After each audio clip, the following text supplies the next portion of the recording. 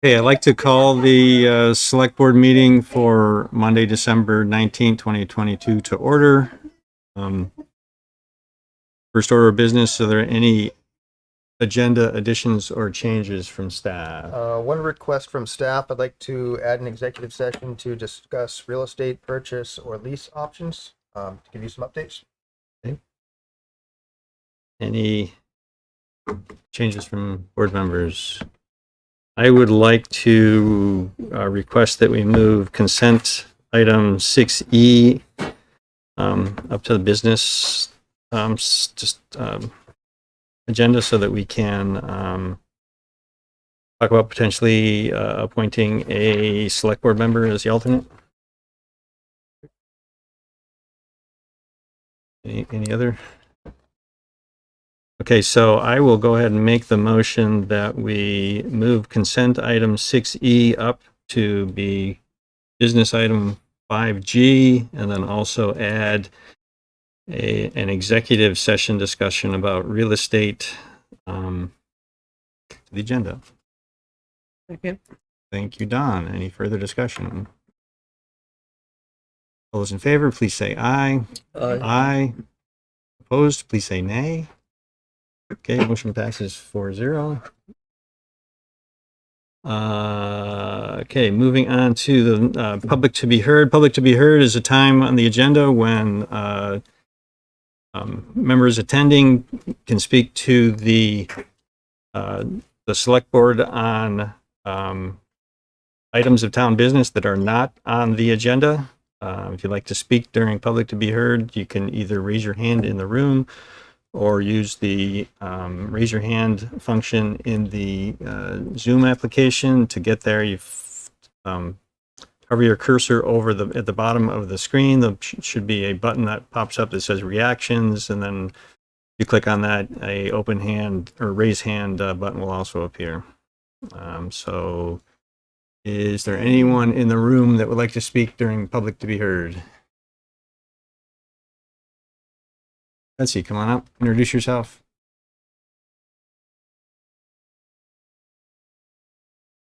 Betsy Dunn. Don't move the microphone, please. Yeah. Go ahead. Don't move. Go ahead. Okay. Just don't move the microphone. Using me already. That's all right. I just wanted to say I wanted to thank you all for what you've done all year long and how we are making this transition, and have you happy holidays. Thank you, Betsy.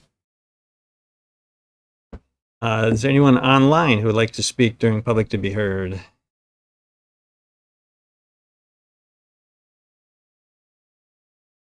I don't see any hands, so let's move on to the first item of business, which is 5A, discussion about proposed charter amendments from Charter Review Committee. We do have a fair amount of material in the packet. So where should we start here? I can just do a quick little rundown and recap, and then turn it over to all of you for questions, comments, and then see a number of people who I'm guessing are here for the charter discussion. So just to recap, in case anyone is new to this, we had a charter review committee that the select board appointed over the summer. They met weekly from September through November.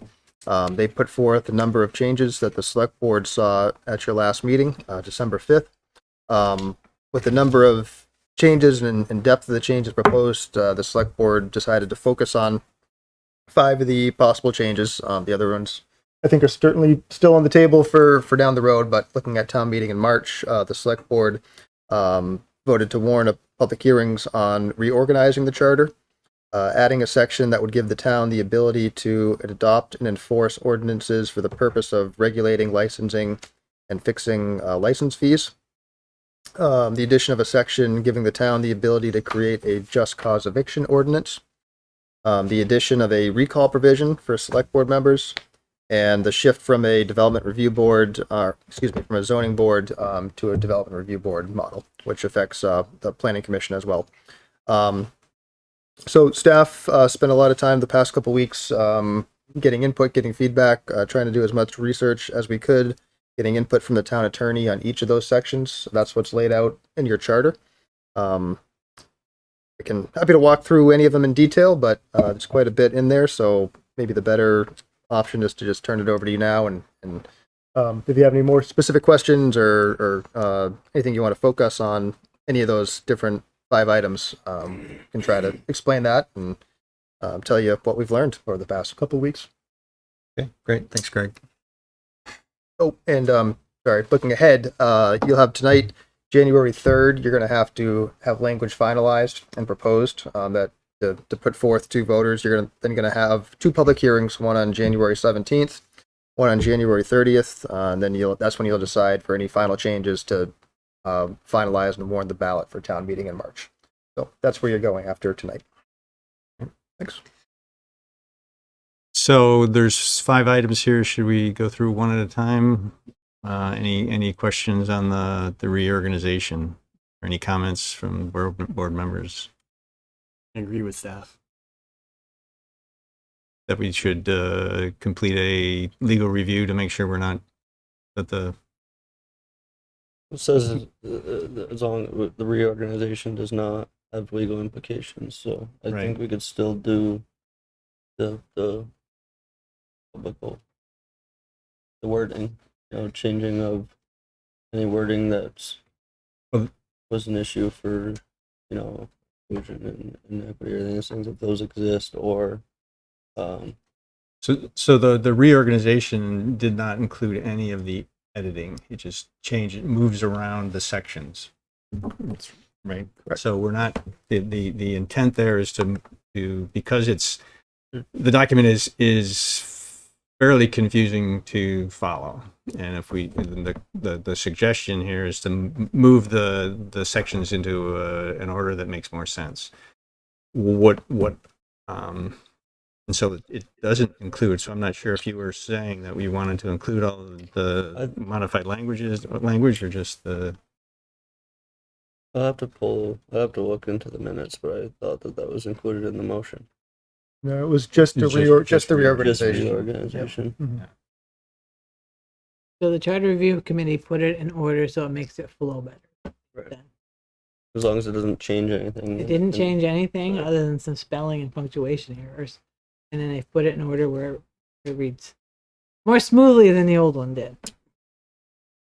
That's an easy lift to do. I Yeah. mean, there's And so with regard to all of that other language that was suggested, Mm-hmm. what I'd like to propose, and I mentioned this to Greg, was that we not just forget about it.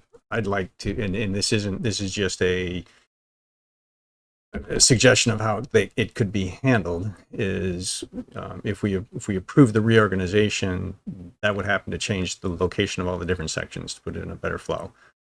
And then what I would like to see, and again, maybe it won't be in the seat a year from now, or a couple of months from now, but that we take a chapter at a time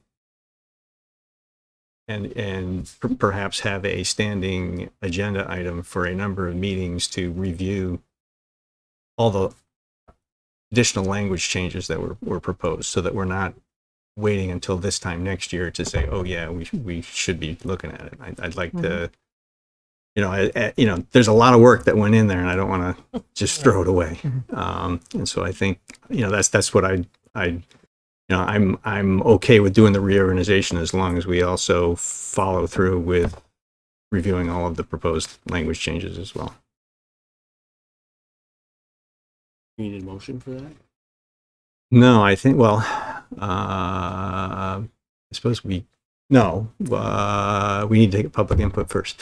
And so I guess, should we discuss each of the sections, go to public input on that section, and then come back, or review have our own discussion Each about section at a time, and then have your public. I think it'd be easier. Yeah, have the public at the end there. So yeah, okay, all right, that makes sense to me too. So then the next one was the fees authority proposal. I think the recommendation there is essentially to copy the South Burlington language. The language is pretty much from South Burlington. I believe there were a few other charters that were referenced. I do see Charter Committee Chair Lauren Lehman online, so she might be worth chiming in at some point, but I think it was primarily the South Burlington language. This idea started where we tried to update dog licensing fees 2 or 3 years ago and found out that we couldn't actually do that. That's set by the state. The reason we had thought about it, gotten the idea from South Burlington, realized that they could do that because they have this section in their charter. They have more than just the dog fees. That's what's been proposed in our charter. South Burlington uses some of those options to set fees. Some of them they don't. But it seems like it's one of those things that if you have the option to do it, you can pursue those things. One thing not included, I believe it was in the memo, Susan McNamara Hill, the town clerk, suggested that we look at setting fees as well for liquor licensing. We have them for the normal permits, but sometimes if there's special events, the clerk's office has to process those special event requests. They don't get any funding for that or any compensation for that. So that's one that you might want to consider adding beyond what's been proposed by the Charter Review Committee. But apart from that, doesn't seem like there's any detriment to putting that list in there, and we would probably take it on a case-by-case basis as to what we would propose setting additional fees for as they come up. I like the idea of what Susan came up with about adding that. That was Right, yeah. So if a liquor license premises is in the town, we do get a fee for it. But if it's a out of town caterer working at an event, we have to process an application for that. We don't get any fee for it. So that's the. We'd have to look that, at right? into tracking down some language and proposing that for January 3rd. But as long as the select board's on board with that, we'll keep looking into that option. It's my understanding that fee wouldn't be adopted without a public process and a proposal and everything. It would be an ordinance change and go through the ordinance change process. As long as there was a good process before the fees were implemented. Right. So the charter gives us the ability to to establish an ordinance that establishes the fees. It doesn't. The charter itself doesn't establish the fees. Yeah. So we'll have to go through our normal ordinance process to do that. That's Ethan. I like it. You like it? All right. All right. Next one's coming. Hmm? The next one's coming. I'll speak. Yeah. Just cause. The staff recommendation there is to pause on that because it's not been approved anywhere, or it's been. I guess there was the Burlington charter proposal was approved by Burlington. The legislature adjusted it, added some additional language. It was vetoed by the governor, and then the override didn't succeed. So that's the I guess the history there. Some of the concerns that staff have mentioned are the potential for being named in a lawsuit. Something comes up, somebody challenges the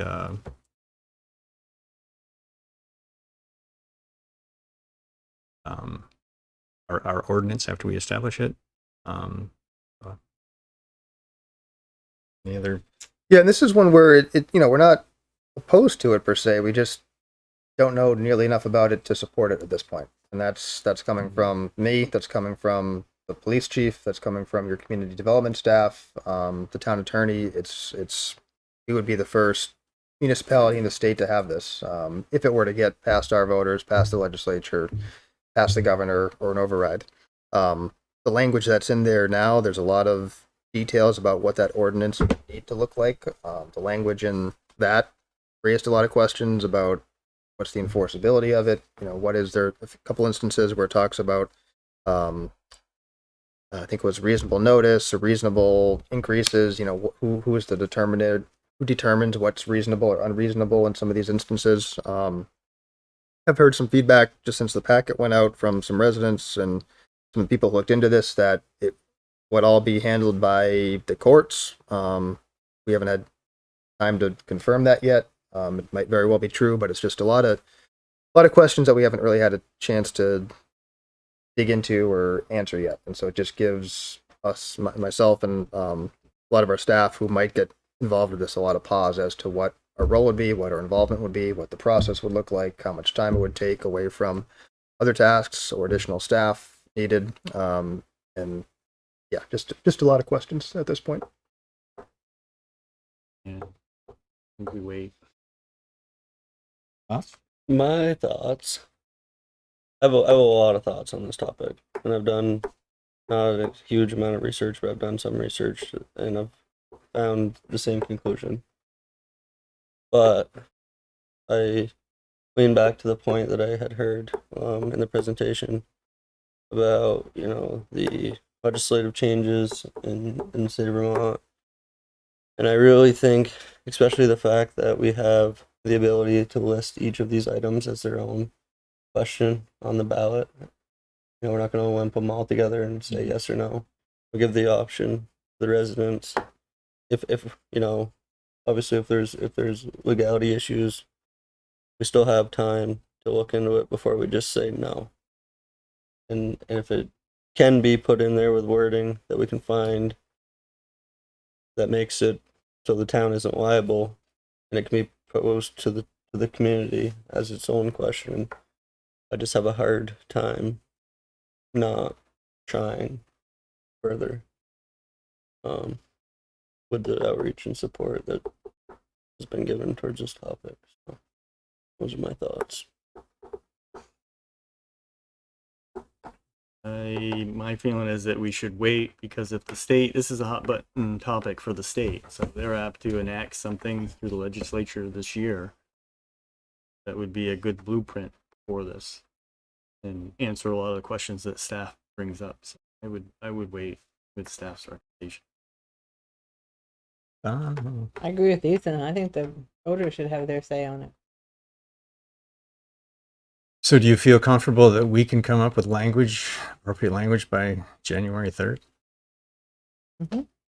Who's, it's a I mean, holiday season here. if you're gonna wait for the legislature, things move so slowly up there. Yeah, yeah. I'm sorry, but they do. I'd rather see us, even if we are first. You know, it gives people something to model. So the way this proposal is written is it has very specific language in there that we need to go into an ordinance. Does it say, I mean, if the charter gets passed and approved, then we are required to establish the ordinance? Is that what? No, it's just, it gives you the option of establishing it. It doesn't say you have to. And that's My only understanding. if it's approved at the state level. Right. I mean, that's where I was feeling on it was, we do everything we can and we come up with a draft that we feel we're confident with, and it doesn't put the town at liability, and we support our constituents, give it a vote, they pass it, it goes to the state and it gets shut down. Well, we gave our community what they were asking for, you know, and if it goes through, even better. Maybe we just laid footwork to something bigger, or maybe they'll say, you know, we're working on this year, and you know, here's some language. I don't know. I haven't had enough time to reach out to anybody else, but I wanted to talk to Tanya or one of them and say, you know, there's got to be a conversation about this happening throughout the state. It's not just us. Tanya was So- at one of our meetings, and she does fully support it. She encouraged us to put it in there. So, any thoughts about whether the language has to be as specific as it is? I mean, what we're looking for is the ability to establish an ordinance. This goes and essentially says what the ordinance has to say. Section A of that section gives the select board the authority to establish an ordinance without, and then if you leave out the rest of it, it doesn't have all the specificity, the language that we really need to understand. I would ask Lauren. She did the research on. So we can, Greg's got his hand up. great. Yeah, I think jumping on what Andy's saying, and is that we heard from Rights to Democracy. I think Tanya was, from my understanding, there as part of that presentation. We really haven't heard from other sources on this, or other perspectives on this. You know, the Med will include some different possibilities and ideas of different organizations, people to reach out to, which might help inform the language that goes into the charter, if this is going to get included into the charter. But I do think right now there's a lot of specificity amongst the language that's proposed. That you read it, and such ordinance shall do this, such ordinance shall do that, and it really tells you what goes exactly into that ordinance. And that's where we haven't really had time to vet it. May not have time to vet it. Never mind the staff level or the attorney level over the next week and a half, but from a whole number of different perspectives on this, whether that's landlords, the Champlain Valley Office of Economic Opportunity, the state Agency of Commerce and Community Development, which has a housing division. I just think there's a lot of other perspectives and resources out there that we have not had time to review. You could have the charter review committee meet again and do that for you. They're able to in the next week and a half. Yeah. I'm not sure. Yep. And Tanya is here now too. So. Mhm. I just think I think it's important to let the voters have their choice. I just let them at least have their say on it. Can't support pulling it. And we did put a lot of time into this as far as the review committee Yeah. goes. I'm concerned about the language though, and that's and unfortunately it got cut off on my print here. If you take the I can find it. Section A, it says the select board shall have the power to provide an ordinance by ordinance protections for residential tenants as defined by Chapter 137, Title 9 of the Vermont statutes annotated from eviction without just cause, and end it there. Then it says where just cause shall include but is not limited to. It goes on after that. It does, but why does it need to, is my question. I mean, if the intent is to give the select board the ability to establish an ordinance that protects against eviction without just cause, why do we need the rest of it? It may be, okay, we ask the question, if it gets approved, the legislature may say, well, in order to do that, you have to have all this other detail in there, and they can add it in if they want. They'll have all of they know what they've approved before. I think it was to provide a description for you of what just cause is. But I think the rest of that. My concern is though having it in the charter, and if you got something that's wrong, you've got to go through a charter change process to get it out again. Otherwise, if all we do is give ourselves if the town gives us the authority, or the legislature gives us the authority to establish an ordinance, the ordinance process will define the language that goes in there, rather than having it explicitly stated in the charter. So you would have just leave the just cause part in, but take out The entire rest of the the section. rest of that. B, C, and D also, because those are very explicit as to what needs to be put in the ordinance. I could support that as long as the ordinance stays. I mean, as long as that the vote stays, and we could then develop the ordinance. Yeah, we would have to develop an ordinance, and that's where, this would totally constrain the ordinance, is if you've got it in the charter.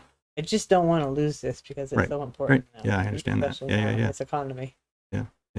I just I worry about as we've said, that there's staff has recommended that we're just not comfortable with all of it yet. Ethan, we leave it in there and then Yeah, an ordinance after. I agree with that. And I when we were talking about this, more thoughts that I've had are popping in my head, but I had a conversation with somebody about enforcement, and to my understanding, it wouldn't have to involve the police department, because it'd be through the judicial system. So, like, a police officer or the chief wouldn't have to respond, or even serve. If there was any paperwork to be served to a landlord, it would probably fall on the sheriff's office. I heard the same thing from a resident, but again, I don't disagree with it. I was just just- have not had time Had to that on my confirm mind, and I yeah, no, just popped back I think up, so. it's direction for us to look into. But Right. No, I haven't had agree, time and to I confirm it. and Yeah. the town's liability is definitely on on my mind, but like Don, and if that is the easiest way to do it, I don't know. I haven't looked into what that statute that is referred. Have you? I'm sorry. The statute that's Yeah, no, referred I in know that that's first the section? came, that's what is in the original proposal. Is I the haven't. reference. I don't know that statute. But if that's, I mean, we're gonna hear from them in a minute. But Yeah, if yeah. that's we'll listen to folks. acceptable from the charter committee, it may not be enough. You know what I mean? If Yeah, and if yeah. it's not, then we may have to adjust there. So those are my thoughts. All right. All right. So then let's see. The next one was recall. So the recall proposal that came from the charter committee included a 15% threshold for petition to initiate the process. It also includes that the petition would go to the BCA, which is different than any other charter that has this provision in it. And then there's no timeline defined anywhere in the charter proposal. Many of them have a 45 to 60 day turn to have a vote. So that's a little unusual there. There's no timeline. The other is that it doesn't specify whether the individual recalled is actually, yes, it does. It says that that law takes precedent, for replacing the individual, and so the select board could choose to appoint someone rather than having another vote. I think is also not typical in the other recall. It also allows the select board to reappoint the person who was just recalled, but hard time believing that could happen. But it doesn't prohibit it. Did I miss anything in there? I thought they were going to put a 45-day. Yeah, because I was asking why it was 45 and not 60, like the Or 60 or the amount to appoint after resignation. Alexis, do you remember? That was, sorry to interrupt, that was for a different provision. That was for any vacancies left on the board, All right. but not, Was changed. Yeah, there's no timeline specified. we did not. There's a couple of timelines that are sometimes considered. One is how long are you allowed to collect petition or signatures for a petition? I mean, you could do it over a period of years if that's a little bit of an unusual. There's no limit there. And then there's no timeline in here for when the recall vote has to happen, which I think might be a miss. Well, that could still be added, Andy. It can be added. Yeah. No, I'm just bringing up. Mhm. And I have absolutely, I have no objections to putting a recall in. Does anybody have any? I just had one of the things that I brought up was the language of who interprets the crimes that were listed in there. There were very vague words that were used in there, and then I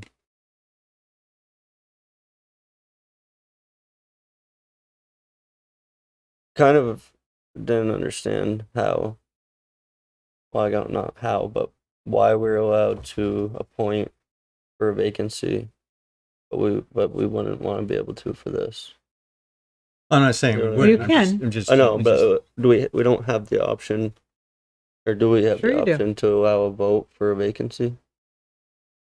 the way the charter is currently written, it says that the select board shall appoint.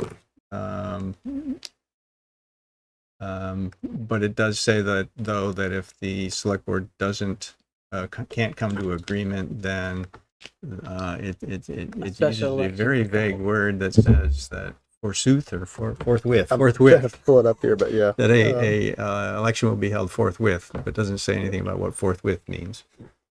So if the select board doesn't come to agreement on an appointment, then you have to call an election.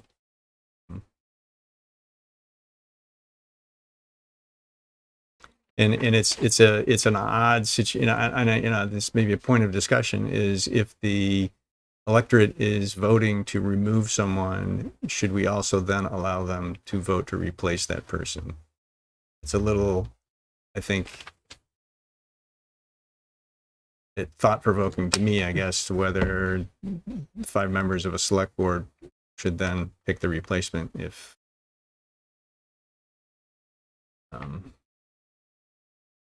The two should not meet based on what we've seen in Vermont happen in some cases with boards that have resigned or had very contentious issues. I think the two should be separate. that if there's a recall, then there should be a vote to replace that person and not an appointment. Yeah, that's kind of what I'm thinking too. The challenge with that is it adds 2 elections to there's the vote to do the recall and then there's a vote to replace too, which becomes expensive. I don't know what other. Well, the only suggestion I would have is that if we were to go that route, I would, and if you don't use the wording, the select board shall, then I would suggest that we change the resignation portion as well. Because we can't decide somebody resigns that we're going to appoint somebody, but if somebody gets found to be recalled, that we're going to allow them. Doesn't make any sense. There's a difference, though, Ethan. I Someone- totally agree, but either way, you're appointing an official to Mm-hmm. represent the town. You know, Which is part of the authority granted by our charter to the select board. right? But because there's a huge difference if somebody is recalled because they stole or they killed, whatever, they committed a crime, Right. versus somebody moving out of town and has to resign. I mean, there's a huge difference there. It's not the same process at all, or the same reasoning behind it. Right. Excuse me. And I would just add that looking at that doesn't seem very controversial, something like that. But there's apt to be situations that come up that are very controversial, where you might need to have a vote. I mean, some are very cut and dried, like a crime like that. But what if it's just a major policy, or what happened in one of the surrounding towns where there was just a general dislike to it? So, found it finally. But the wording that I had brought up before, it says, and this is just how it's written. I know it can be changed, but it says the allowable grounds for removal are misconduct. I'm sorry, I'm gonna say this word totally wrong, but it's malfeasance, Said it right. nonfeasance, crimes in office, gross incompetency, corruption, or theft. And my original ask of when this was presented was, where are the definitions for those words? Who defines them? Yeah, You know, at what point do we put in words that are, I mean, you know, those were just the first, it was really the first 3-4 words. I mean, crimes in office, gross incompetency could be another one that's all in the eyes of the beholder. Corruption and theft are pretty straightforward. Yeah, I'm personally, I have concern with having those criteria in there as well, because who's right, who defines them and who decides whether or not they apply? Could we be sued to say that no, this action didn't fall into any of those categories, or I don't know. And I think it's more common, much more common than not. Other charters don't have specific words in it. I would be inclined to take out take that out. I mean, if it, the hurdle of getting 15% of the vote people to sign a petition, I think there would have to be some reason that many number of people would sign. So then what would they use for a basis of a recall then? If It's it's worded? whatever the public deems is appropriate. Well, also the first sentence in B after those words is the Board of Civil Authorities shall certify if the aforementioned grounds for removal have been met. So how does the Board of Civil Authority, what are you guys going off? That's what I'm saying. If you don't tell me what Yeah. we're looking for, the board is never going to So, tell you. so that. my next objection is having it go to having the BCA involved. That's totally unusual relative to any other recall provisions and charters. And again, we're all members of that body. It becomes a little awkward that the select board then gets to participate in that discussion and determination. Presumably the person who's involved would recuse themselves, but I don't know. You can't force somebody to recuse themselves. That was another thing that was in the recommendation, not recommendation, but in the packet tonight was about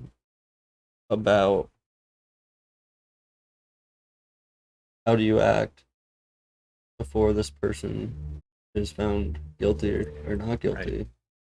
Right. Can they be a member of the board? Can they attend meetings? At what point?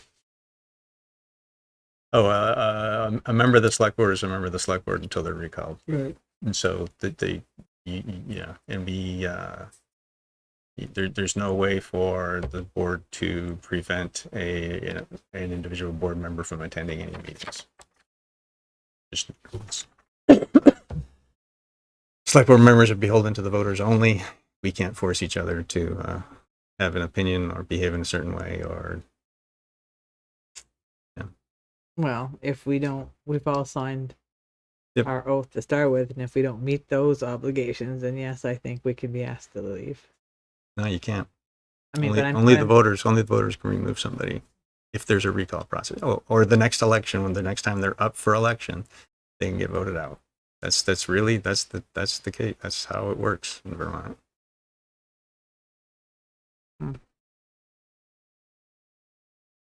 So yeah, so I guess the two things that I would change here is to take out the list of criteria and take out the BCA interaction. I don't agree with either of those. I think it makes it very. I understand the intent was to avoid frivolous recall attempts. Then who's going to make the decision? Whoever signs the petition, the people the voters who sign the petition are making the decision. Each of them are making the decision whether or not it's appropriate to recall somebody. And or then there's a vote, right? There's a vote. Townwide vote. A townwide vote, right? And so each of the voters will be making that decision.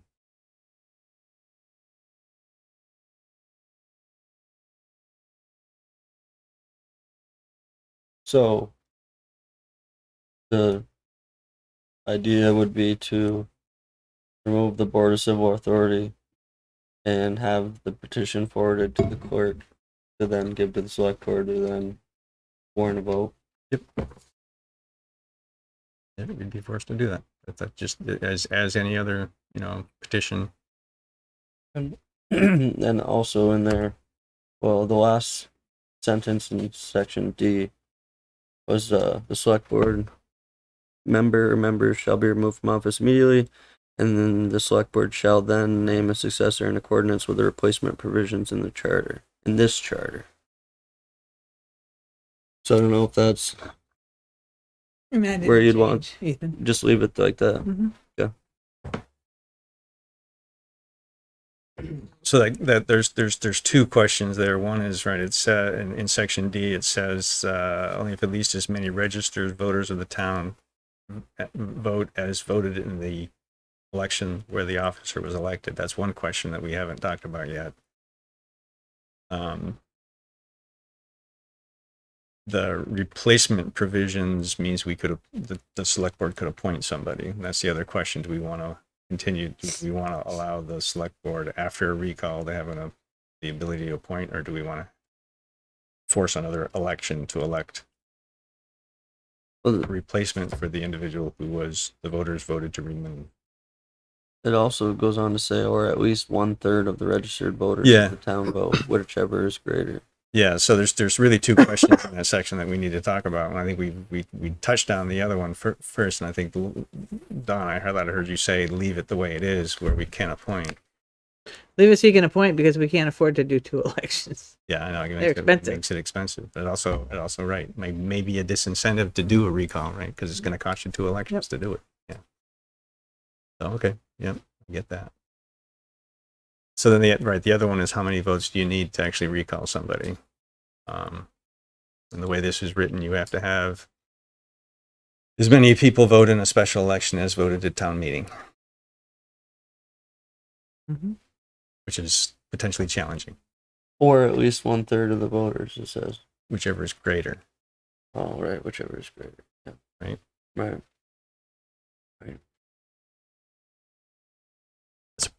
Right. Well, that takes care of your frivolous recall. I mean, People would have to come out and actually vote. That's a good point too. You couldn't recall somebody unless you got a huge turnout of vote, and then it would definitely be a groundswell. And there's a part of me that says, and maybe I'm talking too much here tonight. Part of me says that if a certain number of people vote somebody in, you should need at least that many people to vote them out. I feel pretty good about leaving this provision in there the way it's written.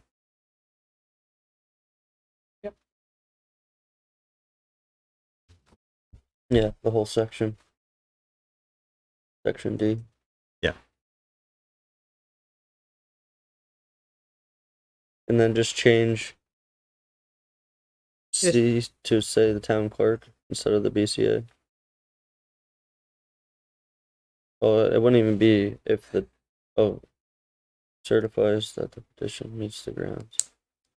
Shouldn't it just be certifies that the petition meets the requirements, and whatever requirements we list out? I would think be-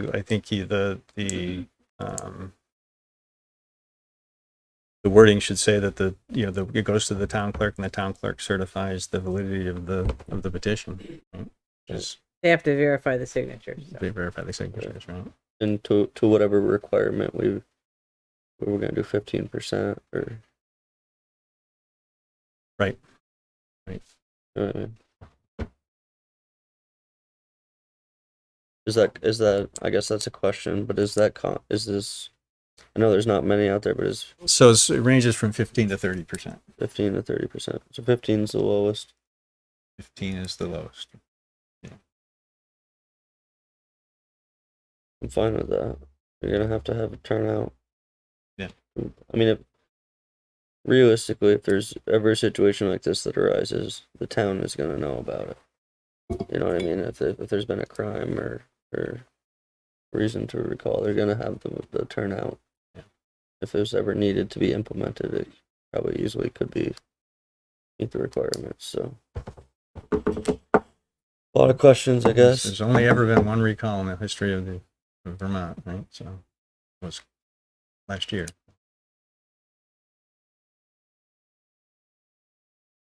Not a common thing.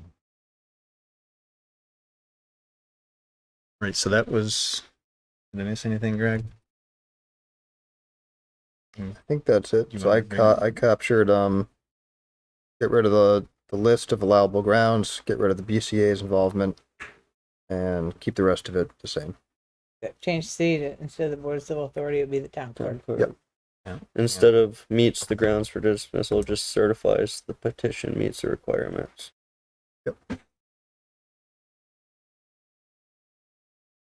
Okay, go to public comment. You're gonna do ZBA. Oh, I missed one, you're right.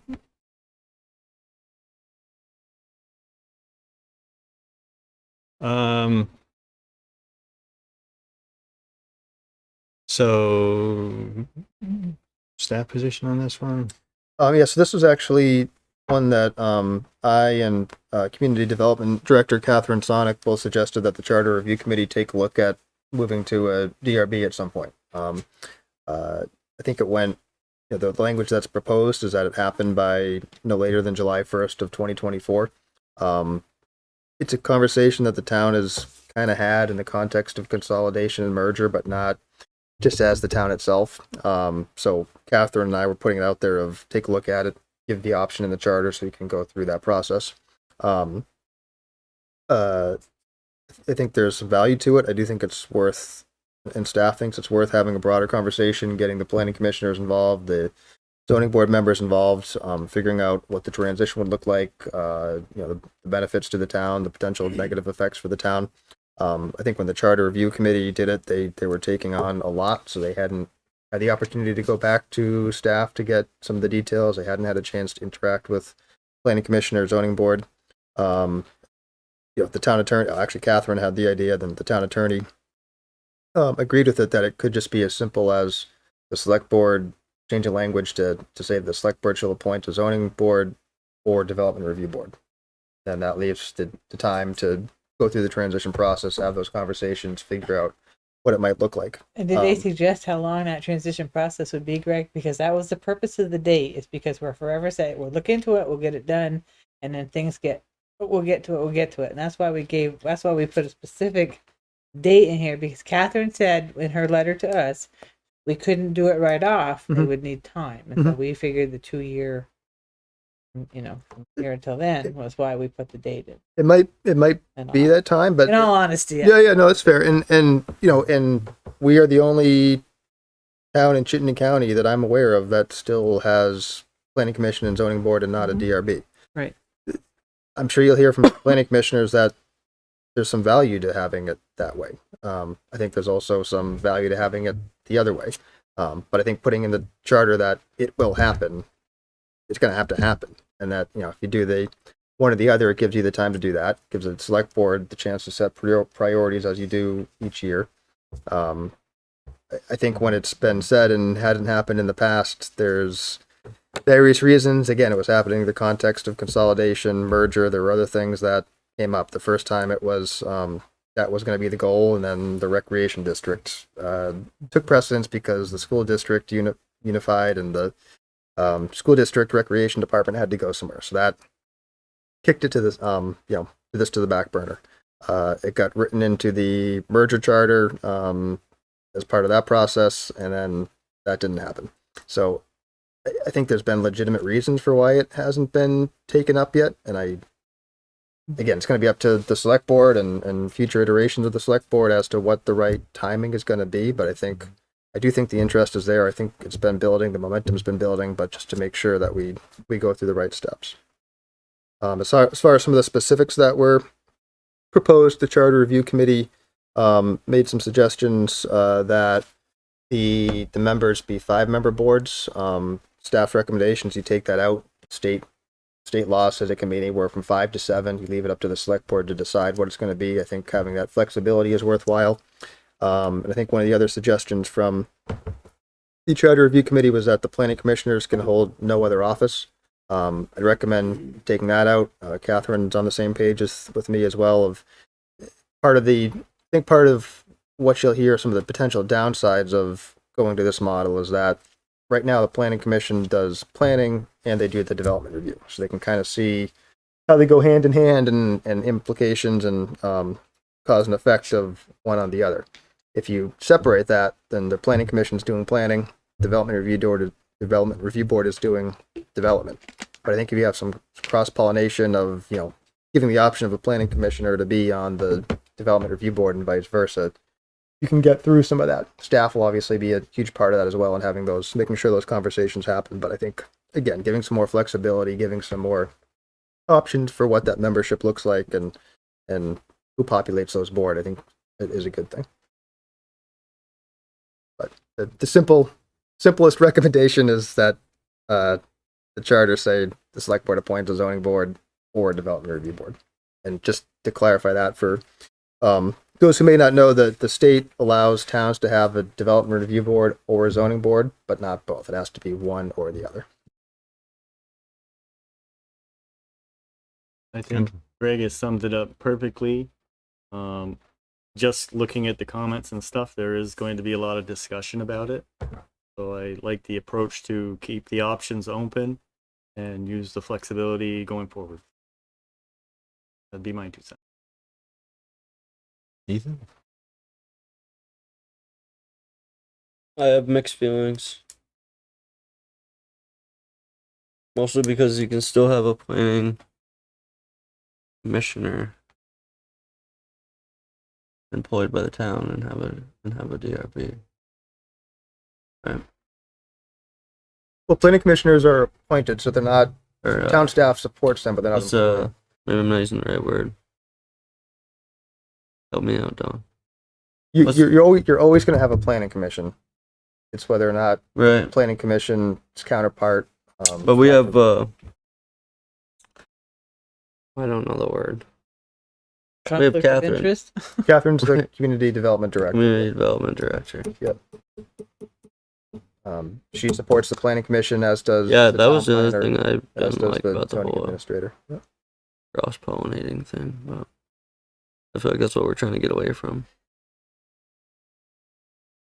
I don't know. I wish I had the answer, but I've been So, vocal about a DRB. So yeah. So So when Greg asked us not too long ago to come up with our priorities for the coming year, nobody brought up let's go to a DRB. So I'm just it's just Yes, they suddenly anxious now. That was on my list. Was it? Okay. All right. a lot of the things that we brought up didn't make it to our board either. There was like Yeah. 20 items that Yeah, there's a lot. were on a piece of paper that That's a didn't- lot. And I'll explain why I'm in favor of development review board, and people are probably not gonna like this, but it tends to be that with planning, they give their permit and the person goes out and does their thing, but if they don't follow the plan, then there's no follow-up. With the development review board, they would follow it all the way through. There would be no place for an error for Mhm. the person with a permit having to come back and ask for a waiver. Oh, well, I mean, that's my understanding. No. I could be wrong, but The development review process is pretty much the same. It's just there's different boards doing it.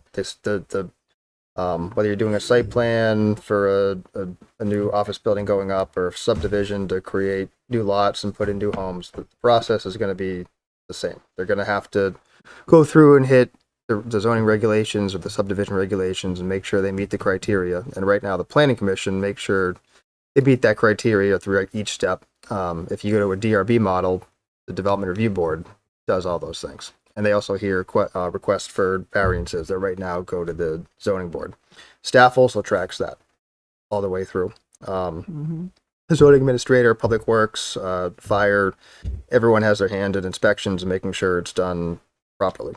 And if something is not done properly, then it goes back to the planning commission, or it would go back to the development review board to figure out what happens. Is it a fine? Is it a tear down? Is it a waiver?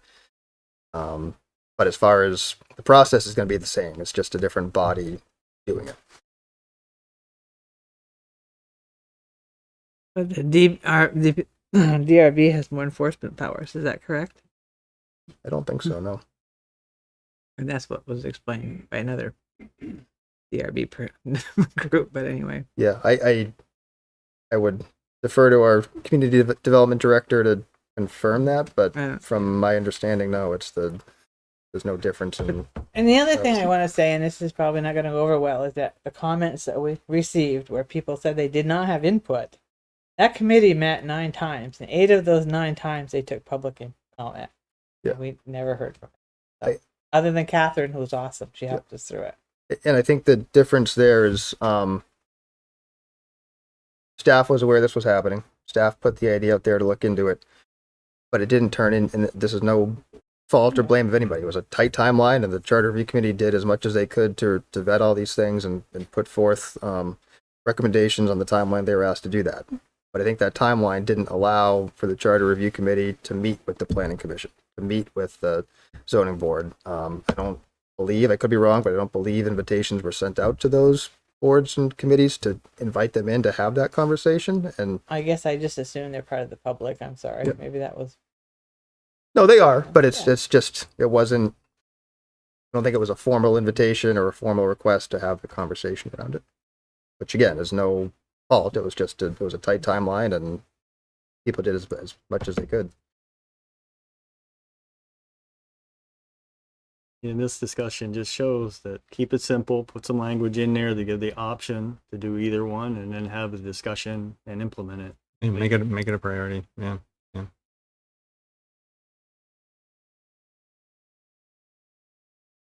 Yeah. Okay, did I miss anything else here? Excuse me.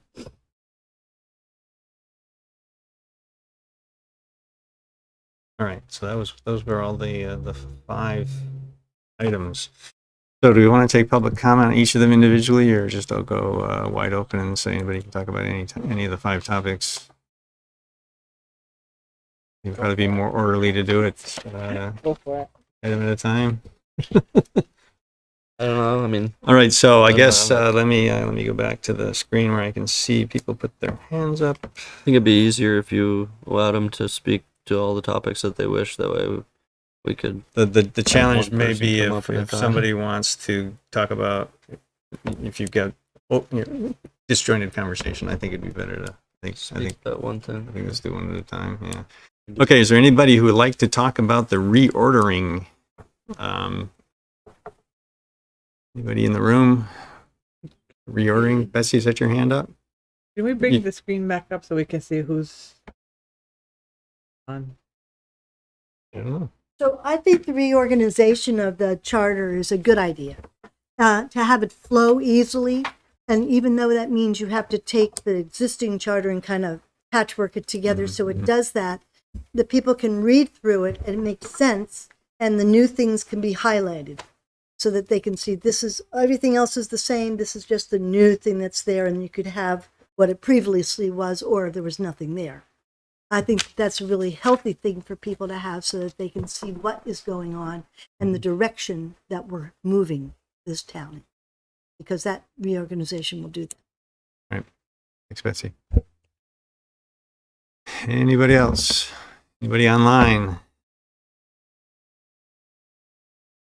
Okay, then let's move to fees. Do you have any comments about giving ourselves the ability to establish fees on top of what's already allowed by statute? I don't see any hands. All right. Just cause. See a couple hands. I saw Tanya Vyhovsky's hand go up first. So Tanya, Awesome, thank you. So I do want to be available to answer any questions because the Burlington Charter did come through government operations, so I'm pretty well versed in this, but I also read sort of the concerns coming into this, and I want to make it clear that evictions would continue exactly as they have now through civil court. It would not be an additional burden on the select board to now manage evictions. It would simply make a landlord have to have a reason for evicting someone, and the charter language is permissive. So a lot of the questions about details and logistics would be defined in ordinance. CVOEO has already publicly stated their support for a just cause eviction charter, specifically the Burlington one, which is where a lot of this language comes from. And the American Bar Association has also now come out saying that just cause eviction standards are what we should all be doing. So I think that that is really important. The Burlington Charter will be reintroduced in the General Assembly, and 6 other towns are now having conversation around this. I also think it's important to note that no cause eviction has gone up significantly in the last year. It was no cause evictions accounted for 19% of evictions in 2020 and over 50% in 2021. So this is definitely something that is increasing. And in committee, we heard from people who had been evicted for asking for reasonable accommodations in their apartment, people who had just, you know, this is a way around the Fair Housing Act, really. I mean, if someone asks I'm a renter. I have mold damage in my house and a doctor's note, and I'm afraid to ask my landlord to fix it because I might be evicted. And so that's the space we're putting renters in. So I think it's really important that we, with the housing crisis that we're in, that we make sure that we are protecting our renters and making sure that renters are not simply evicted for no cause. There's no way to cure a no cause eviction. So if someone is being evicted for non-payment, they can pay their rent and stay. If someone's being evicted for no cause, it's simply because the landlord wants to, and there's no way to fix that. So I do think it's really important that we include this in our charter, to particularly in the housing crisis that we're in this moment. So that's my comment. And again, I'm happy to answer questions as they might come up in terms of the process, having gone through it with Burlington last year. So Tanya, I'm going to ask you a question then. We had talked about a proposal to simplify what goes into our charter, just to give us the authority to establish an ordinance without all of the other detail in it. Any thoughts on whether that is a reasonable approach? Certainly a reasonable approach. I think some of the detail is, as was said, sort of like a guideline of what are some of the basics to cause, non-payment of rent, breaking the law, are some of the things I know are in there, breach of the lease. I don't think it is out of the realm of acceptability to sort of remove that. I do think that was sort of guiding language, but ultimately those fine details can be worked out in ordinance. Yep. Okay. All right, thanks, Tanya. Yep. Okay. I thought I saw hands in the room. I think Betsy, I saw your hand before. Alexis, okay, go ahead. Whoever, you can adjudicate that, I guess. Hi, Alexis Dubief. I was a member of the committee, and I'm just here to speak up in support of Just Cause. I appreciate and hear what I'm gathering is that there's just really limited resource, and we have to be judicious about where we're going to put our staff and our research efforts. And I know there's a lot on your plate, and I would just like to suggest that we prioritize this. I know there's a lot of things that we are spread thin on here, but when we look at what's going to impact members of our community the most significantly, of all of the changes the Charter Committee has suggested, this is the one, right? And something that I noticed in our committee, and I suspect is true in this room as well, is that most of the time, the people who are making the decisions own their homes. So we are not the people who have mold that we cannot have fixed, or are potentially dealing with, landlords who may want to double the rent because they can. I wanted to share a few pieces of information that might be interesting for you to understand in terms of the Vermont rental market.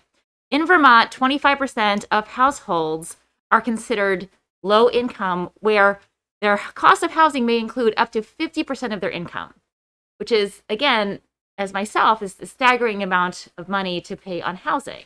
So nationally, this is an issue. This is not just Vermont, but that is the statistic here. The best data we have available suggests that the vacancy rate in Chittenden County is 1%. That means the percent of all rental properties that are available for people who need housing. Nationally, it's 5.6%. I have a degree in finance and specialized in real estate finance. A healthy real estate vacancy rate is 6 to 8%. So we are not a healthy real estate market. It is very, very tight. And of course, it is the tightest for low income people. A national study of children in poverty and homelessness found that eviction is the primary cause of homelessness. And no-cause evictions in Vermont make up 20% of our evictions. So this is a significant burden on lower-income families in our state. There are 5 states, there are no federal protections for families from no-cause eviction. There are 5 states who have passed just cause eviction: New Jersey, California, New Hampshire, Oregon, and Washington. All of these state policies started locally. So the idea that we can just sort of hope that the legislature will take care of this, ideally that would be wonderful, but experience suggests that's just not realistic. We locally have the power to do that. I know that, again, there's a lot going on and a lot of research that has to be done, but I would really encourage you to prioritize this one. And I agree that it's probably fine to eliminate a lot of the language I do worry a little bit that some voters might feel uneasy if they don't quite know what they're voting for. And there might be like a skeleton that could be kept in just so people can feel confident that they're not, voting for something that they don't understand. But I do think the more I look into this, the more powerfully it is clear that this is how we keep families housed in Essex. And this is our only opportunity to make this change because the state legislature is not going to fix this for us. Thank you. Thank you, Alexis. Betsy, come on. Okay, I Betsy Dunn, Essex resident. I firmly believe that we need to have just cause. As a union person, just cause is important even for when you're going to be fired. And these people are being fired from their homes per se. And I think having the reasons that they can be, that what constitute just cause, and having them listed as their objective. You make them objective so it's not a subjective thing that they don't like this guy and they're going to get him out. You need to have objective criteria. And just as she was saying that the local level pushes the state level, just like state levels push the federal level. And things happen and change at the state level and the federal government goes along. And we have now 6 other places that Tanya said, not naming them, but that are going for just cause. We need to give pressure to our state legislature to do this. And that would be great. And I think we should go for this. And arbitration is always something that can happen when you're talking about just cause and how does it go. It doesn't have to go to a court. You know, when they come down to it, and then the guy goes, okay, this is what it says. It didn't say that. And the arbitrator says, okay, I'm finding in favor of this guy. You don't want to go to a BCA, or anything of that nature. And I think that the voters in Essex should be able to vote on each of these topics individually so that we can do that. And if you explain it well enough at the informational meetings, I think that that is the right thing. Thank you. Good. Thanks, Betsy. Lorraine.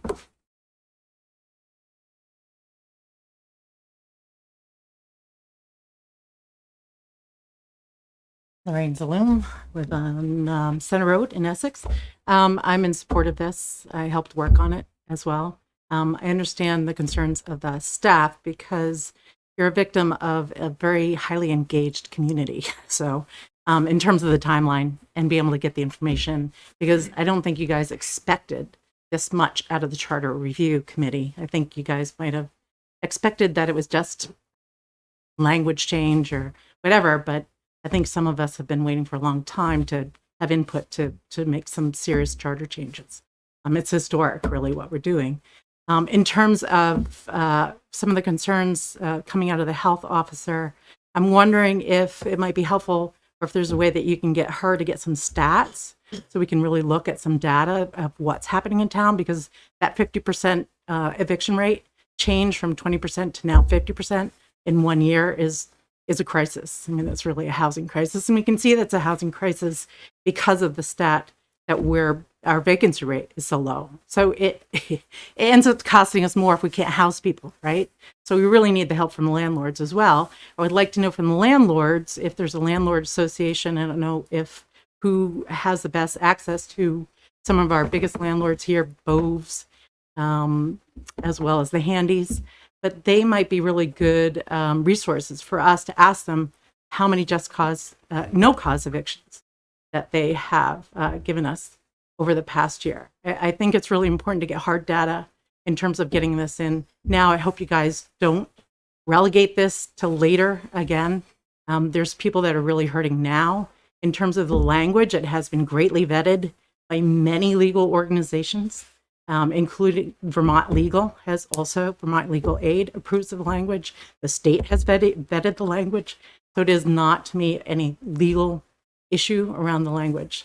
Again, I think this is hopefully not a victim of time because there, as you know, Greg, there's a lot of issues with having time for staff. I mean, it is a tight deadline. So I feel for you, but it's just very important.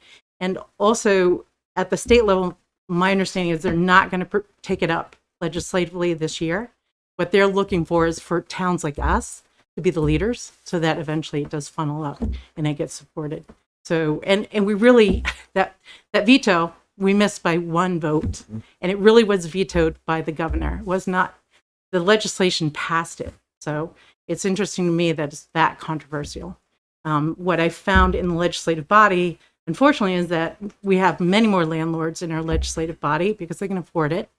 They can afford to be there. And I have one or two renters maybe that are representative in the House, in the Senate. So I would appreciate thinking of giving broader context to what we're asking.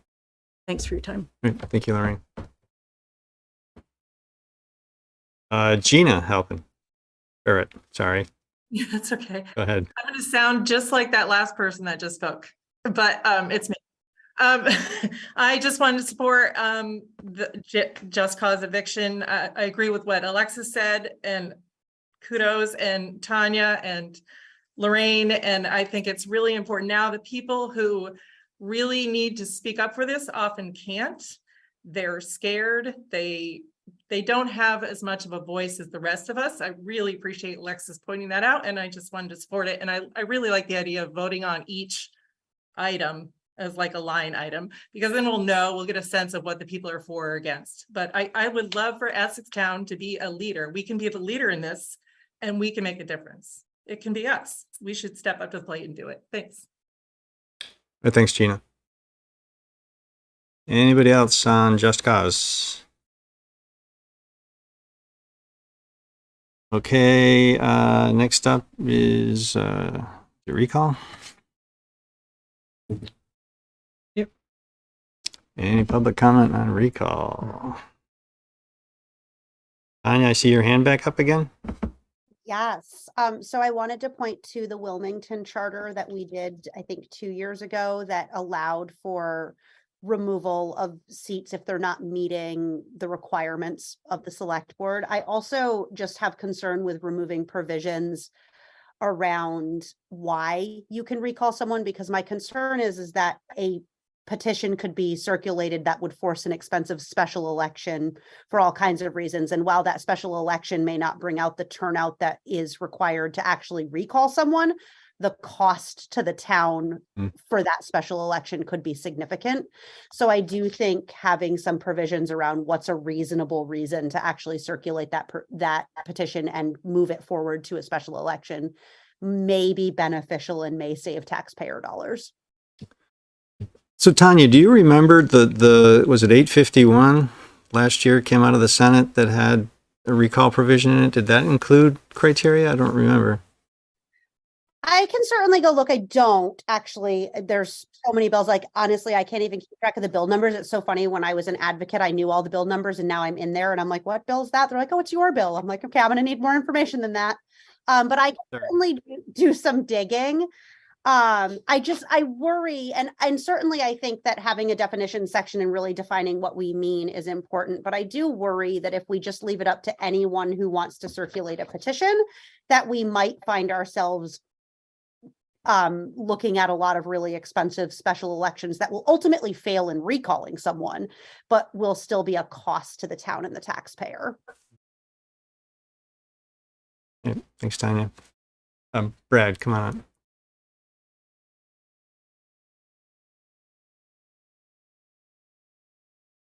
I'm Brad Kennison. I live in the town of Essex. I was not able to attend the last select board meeting when the charter committee presented their proposal, but I did listen to the discussion online. So I have some comments I'd like to make, fill in some gaps and add some context. And then if you have some questions, feel free to ask them. So at the last select board meeting, Chair Lehman laid out the charter committee review process over a compressed time frame of a few months with 9 meetings.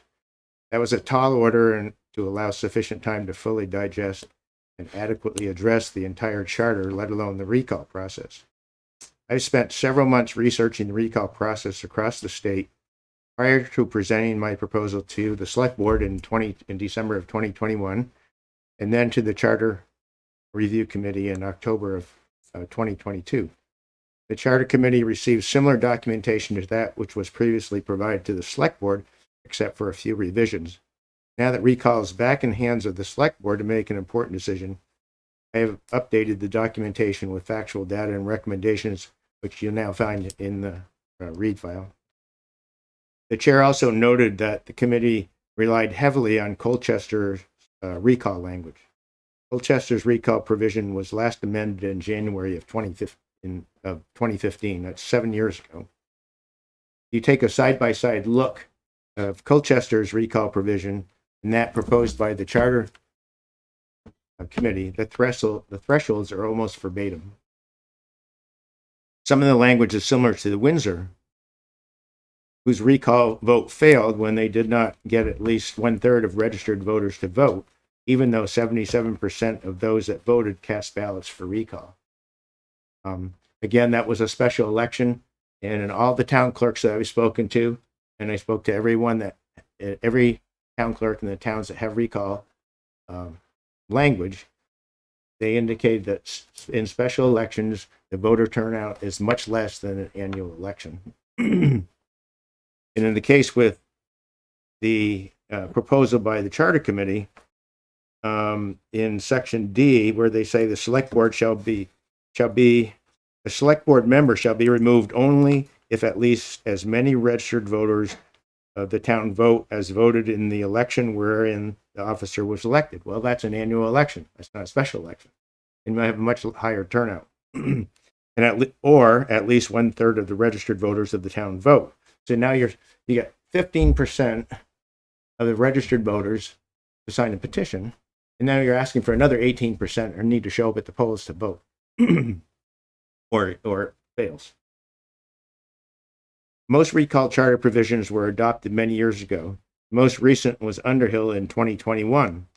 In listening to the deliberations of both the House and Senate Government Operations Committee, both passed it out of committee unchanged. And Underhill, in the case of Underhill, the first threshold is 15% of registered voters, and the second is a simple majority of ballots cast.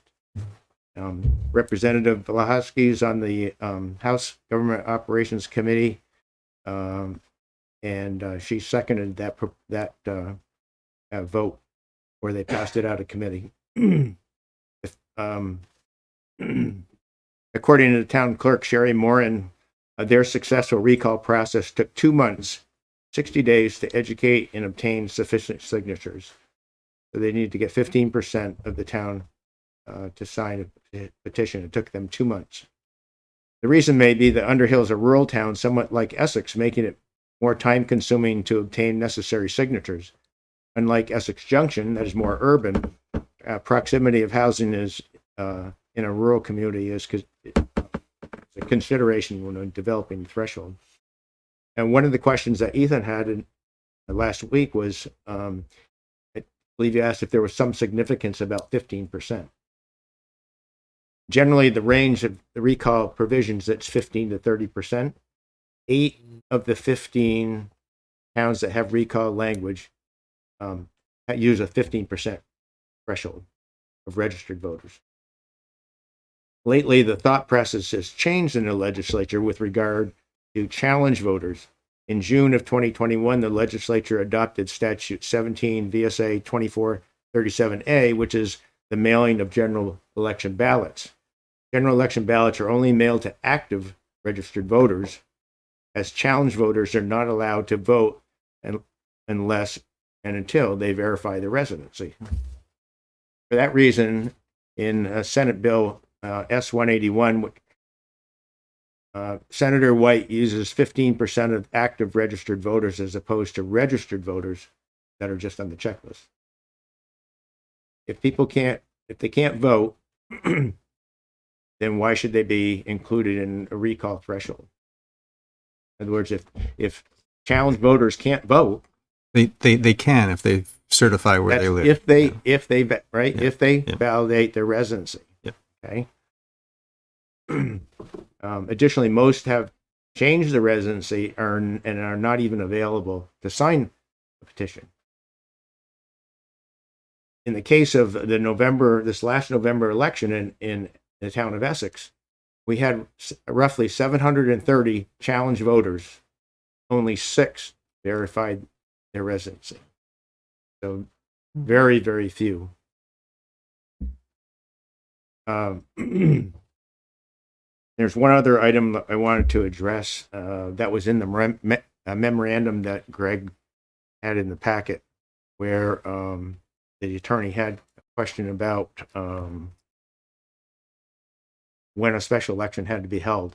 Both in my proposal and in S-181, it clearly specifies the 60-day window. Within 60 days, you have to hold a special election, unless with the annual election is within that 60 days, and then it can coincide with an annual election. And the other question that was raised is how many times can you recall a select board member or an elected official? And in both my proposal and in S-181, it specifies only once in a 12-month period. So I'm happy to answer any questions if you have any, based on the information I provided to you in the read file, or. Okay, anybody? Yeah. I would just ask, so are you suggesting that only 15% of the voters be the determination? 15% of active registered voters, not registered, because it registered that are on the voter checklist. The challenge voter has to be kept on the voter checklist for 2 election cycles or 4 years if they don't verify their residency with the town clerk. So they're kept on the voter registration checklist, but they're considered challenge voters. And in the last general election, the Secretary of State never sent ballots to challenge voters because they can't vote unless they verify their residency. So yes, 15% of active registered voters, not registered voters, that are on the checklist. Okay. So not necessarily up to 30%, just 15% would be 15%. And the last, excuse me, in the case of Underhill, that went through the legislative process in 2021. Theirs is 15% of registered voters. But since then, this change in the legislature, what they're thinking, and with this this new statute, where they're looking at or considering, okay, there's a difference between registered voters and active registered. I think it's possible the difference there is the postage cost of sending a ballot. I'm sorry. I think that there may have been a consideration that they're not sending ballots to challenge voters because it could be a waste of money and a stamp and a ballot. So it may not be that I don't agree that a challenge voter cannot vote. Because if they show up at the polls and they can prove where they live, they can vote. And absolutely. that's exactly my point. Yes. In the case of Essex, 6 challenge voters did verify their address. And so then are you going to disqualify anybody who signs a petition who is a challenge voter? I would suggest that it be 15%, that the number of signatures required for a petition would be 15% of the active registered voters. Most of those challenge voters are not even here. They're not even available to sign a petition. I mean, that's just looking at Essex. I mean, it's pretty clear. I understand what you're saying. All right. Okay. Ethan? I have a question for you. What wording do you, and I'm sorry if I didn't read it myself, but what wording is used in your research? Speak up. What wording is used in your research for the grounds for removal? Like, Do you have grounds for removal listed in your proposal? Yeah, so in my proposal and in what S-181, I'll read it here in a second.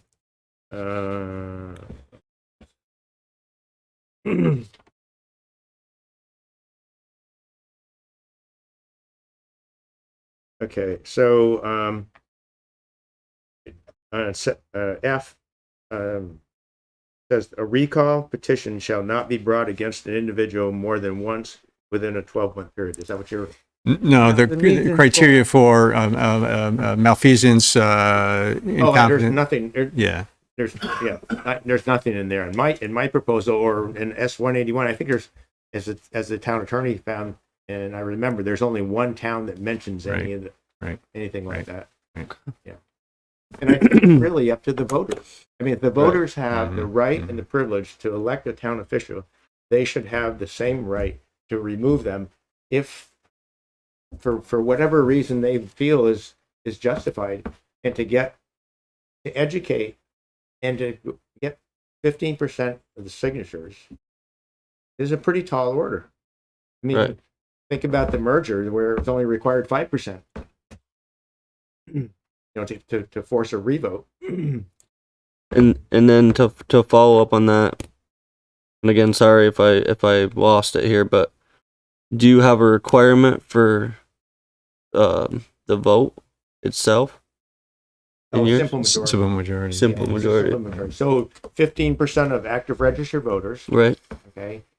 And if they're convinced that it's egregious, the offense is egregious enough, then it should be a simple majority, just like any other Australian ballot vote. All right. Thanks, Brad. Okay. Thank you. Lauren, I see your hand up. Thank you. I want to speak not on behalf of the committee here, but just personally, in my views. And part of the reason, and I can understand wanting to take some of the conditions for removal out, because they are unique and they haven't been really challenged and beaten up and given definition. However, I do think it's very important, as you noted earlier, that the burden for removing somebody from office be exact when you're overturning the will of the electorate, be significant, and that there be hills to climb. And so with the way that it was originally proposed, with just 15% of active voters, not even registered voters, and then only a majority, you're looking at the special elections where we have low turnout. You get 15%, you've climbed that hill, and then we have low turnout at a special election, and a handful of people are able to theoretically overturn the will of half the town that elected somebody in a previous election. So I do think it's important that there be two hills to climb here, that one be the 15% petition, but then there has to be a voice of the people who may not have even had the petition presented to them. It's been presented to a select portion of the town, and now the other 85% of the town who elected this individual can have their will overturned by half of the 15% who signed a petition. It just doesn't square if you do a Venn diagram of it. So I think, personally, that you're looking to overturn the will of the electorate. You're looking to undo an election. Before the next election, you need to climb two hills. You need to get the 15%, and then you need at least a third, if not the same number who voted in favor of it last time. Thank you. Thank you, Lauren. Betsy, did you talk on this already? No, come on up. Come on up. So, all due respect, given the last person, Betsy Dunn, I think that 50 plus 1 is adequate. If a person who is being recalled from their position, it's not going to be something that's going to be hidden, this fact that it's happening. And I think that people are alerted to the fact that this person that they love and they voted for and they wanted and they still want, they will come out and vote for that person and keep them back in. If they don't come out to vote, maybe they're disgusted with them and they don't want to have anything to do with it and they don't vote at all. So I think that 50 plus 1 is good. I think that the town, let's say you've had your elections in November, this happens in June, and it resolves in August. And so this person is out. I think that you could have in there, instead of having an election right away, you will appoint a person to hold the office until the next general election, or midterm election. So that that position can be filled and you have an adequate number of people on your board, but come the next election, that person could be gone and someone else will come in and take it. I think that makes sense. Even if it's not, if that person's office has 2 more years to go, but at the next general election, you'd have that vote happen at that time.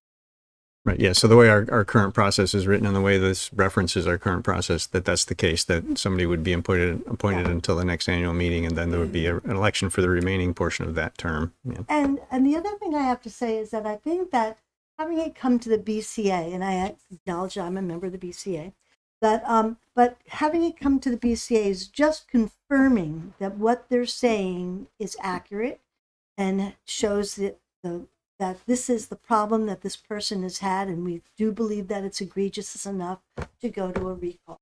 It's just other extra eyes. It's sort of like a division of power or just separate powers, so that you can see that, okay, not just one person is saying this, but there are a significant number within the BCA that are looking at this. We're elected officials. We're not just people off the street when you're in the BCA. So I think that would be an adequate way to do it. And even though you say it isn't done that anywhere else, well, we can start the trend. And that's not a bad thing. So I just think that it's a good idea. Thank you. Thanks, Betsy. Lorraine. He was pointing at you. He wasn't raising his hand. Lorraine's a loom again. I was always of the mind that 3 years is your recall. So I'm not a big fan of recall in terms of cost and time. And what I liked about the committee work and what the committee did was, before each proposal, was what is the problem we're trying to solve? And that's why I liked the defining of, because there's no way to remove someone from office if they steal money from us, or there's nothing you can do about that. So I liked the defining of what the terms were.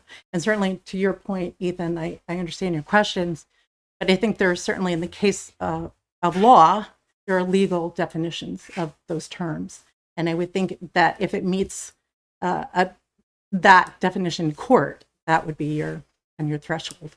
In terms of your question too about challenge voters, I have very serious concerns that legally a challenge voter, even if it's 6, that you wouldn't allow them to vote if they legally can vote. I think that's running into some scary legal territory, personally.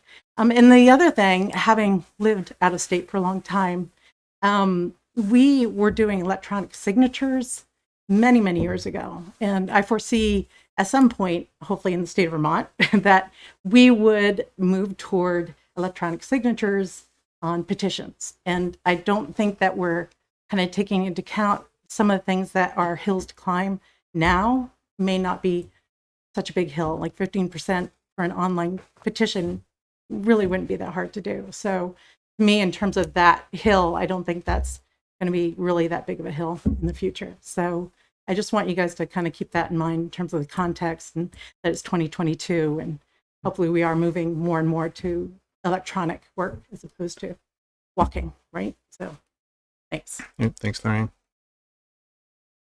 And did you have your hand up?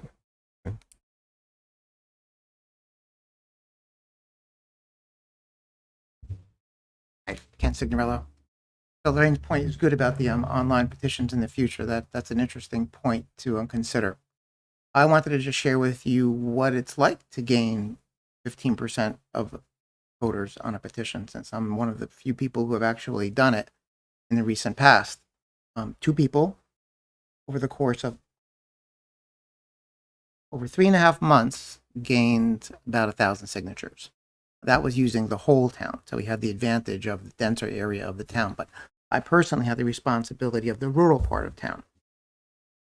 So 15% of about 8,000 registered voters is going to be about 1,200 signatures. That's even more than we had to gain for the 3+3 charter change. In the rural part of town, since we don't have the city anymore, it's quite a hurdle, actually.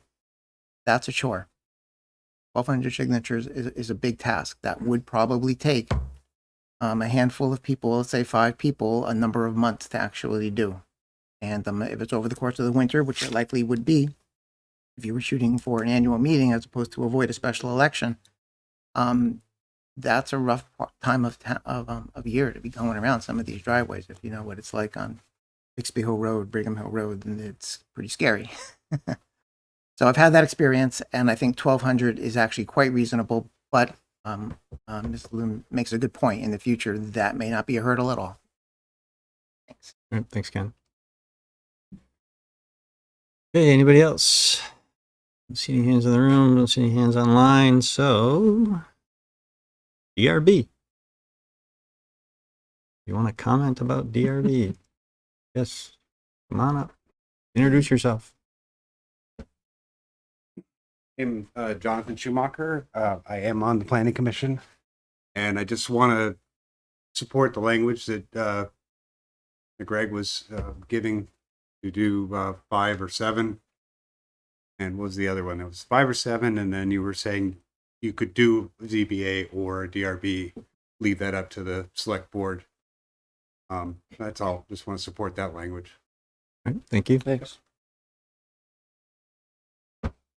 Dustin. Good evening. I would also like to state that I support the language that staff is presenting with an additional qualifier or clarifier that I don't believe there should be a time frame attached to this at this point. I think the discussion that you had earlier between the select board members is a clear indication that we don't know enough yet to decide DRB or PC and ZBA. The fact that there was differing opinions on what it meant, I think it's just that's a solid statement across the board. When we discussed this on the Planning Commission, there really wasn't any clear understanding of what one or the other configuration provided, what advantages there were to the community, what disadvantages there might be to the community. So without bringing in, emotional or personal responses, I think that the way that the staff is presenting it is the best approach at this stage. Evaluate, determine if it's the right option, and then determine how to move it forward in the most effective way for the community. So my 2 cents. All right, thank you, Dustin. Anybody else? Betsy. Come on up. No, it's just this is. Well, yeah, I didn't want to go jump from one topic to another. That's fine. Betsy Dunn. So, my biggest thing is I think that it's a separation of power. Taking the DRB and the Planning Commission. I think that we have had some egregious things that happened with the buildings that were done and completed and they were too high. And that one that's over there on Old Stage Road, as you turn on to it off of 15 and that apartment complex that's there, no one was looking at that one. How did that get? I think that we do need to have that. And if I had my way, no, I don't. But I would like to even see an environmental impact study done prior to do any work that's being done. Because we've had some people's homes that have been impacted when people took out a whole bunch of trees. So we're talking about the question of this DRB. is the DRB, but I think that's the thing I think about the DRB and Planning Commission is it's a separation of power. You wouldn't have the same people on each of those boards. And I think it would be healthy for the. Right. Thank you, Betsy. Thank you. Anybody else? Okay, I'll bring it back to the board. So I think on the discussion about reordering, I think there was no public comment on that. I think my sense is that we're all in agreement that we can shuffle the sections around as long as we don't cause any legal conflicts that we might miss otherwise. So I think we're good with that one. On the fees one, it sounds like we're okay with the addition of some language that talks about special events and catering permits. Am I missing anything there?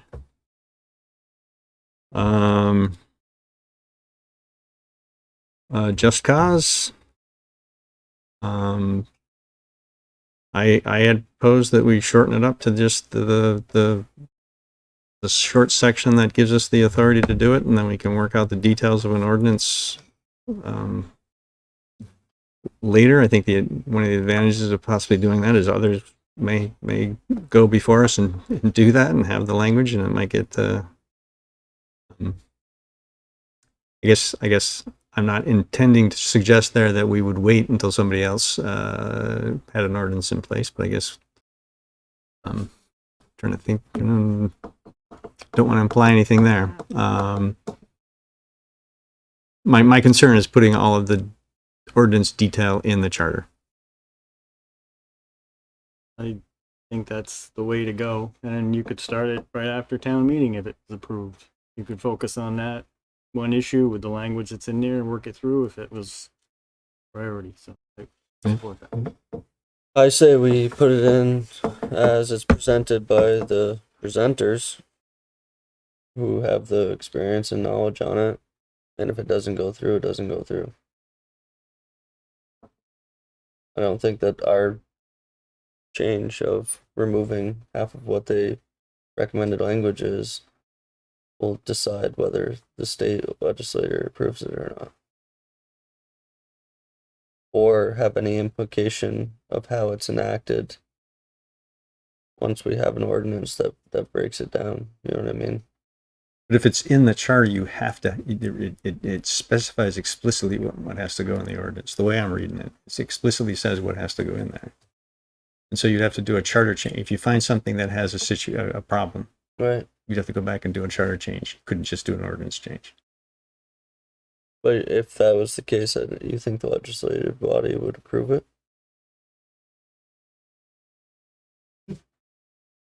Right. Well, I asked Tanya that. She said it's a reasonable approach to. Yeah, I mean, shorten what it up if and that's take, if that's take the detail out? So if that's what they what we think that will go through. I just don't want to take anything out that's going to be unhelpful, just because we want to shorten it up to not be including language that's going to be then redefined in an ordinance, as long as that language doesn't break it down too specifically and just is wording. if it's in the charter, we can't change it. We have to do what's in the charter. And all these things have been vetted by legal resources that they've just explained to us. So if it's not something that, but there are other is entities upholding- that can also review that. Oh, sorry, I'm interrupting you. I'm sorry. No, you're good. But if it's not something that's up being able to be upheld, the legislative won't. They can't approve it. Tanya's hand is up. Hmm? Tanya's waving to you. Oh. Okay. I'm gonna go to you first. Since did you want to defer to Tanya right now, because you haven't said anything? Okay, Tanya, go ahead. So the legislature has approved this language in the Burlington Charter change. We already moved this forward, and while the governor did veto it and we missed that veto override by one vote, we, I think, have full ability to we have a much stronger veto proof majority. So I think the governor's veto is less of a danger this time, but this explicit language was in the Burlington Charter and has been approved by the legislature. And it is not binding to only these things, but I think if the only way we can move forward is by removing it, that's a way forward. I do think having some guidance to voters as to what we mean by just cause is helpful, because I do think there has been a lot of misinformation put out there about what we mean by just cause, and that means you can't evict, and so I think that giving some guidance to, like, this is actually some examples of cause is helpful to voters and is helpful to the larger conversation. And I can't imagine a world in which things like non-payment of rent would suddenly not be cause for eviction. So I do think that there's that some of that clarifying language, whether it's in the charter or in some other space, is helpful to sort of counter some of the misinformation around what it means to have a for-cause eviction.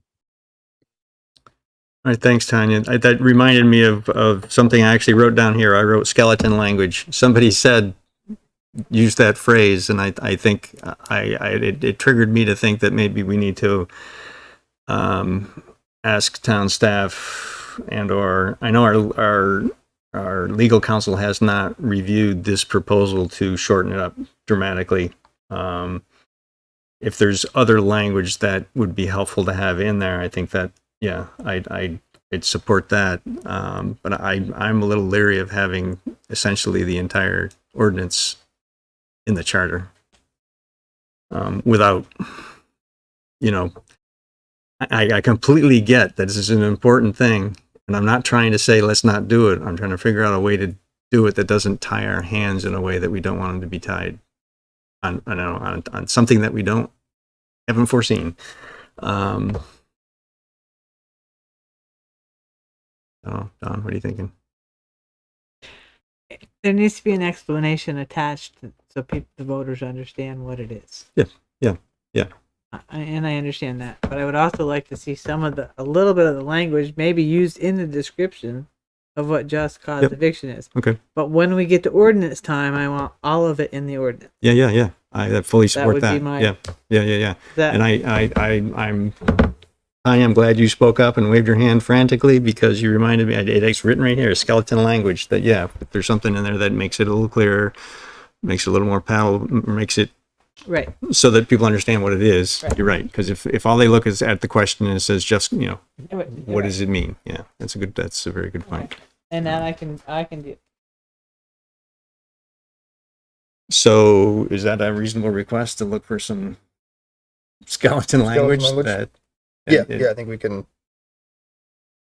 put something together for consideration on the 3rd. Yep. Okay. You okay with that, Ethan, or you want to? I just have to ask this question, and I will be okay if you give me a good answer. Oh dear. What in there bothers you? What words? It's wordy, Ethan. Wording. Wordy. I get that, but I mean, yeah, I don't know. I can't say a specific word or set of words because I read it It's and it just it flows and I don't know. I totally get that, but that should all be in our ordinance, not in our charter. That's the concern I have. It's and I understand that yes, it's much harder to change.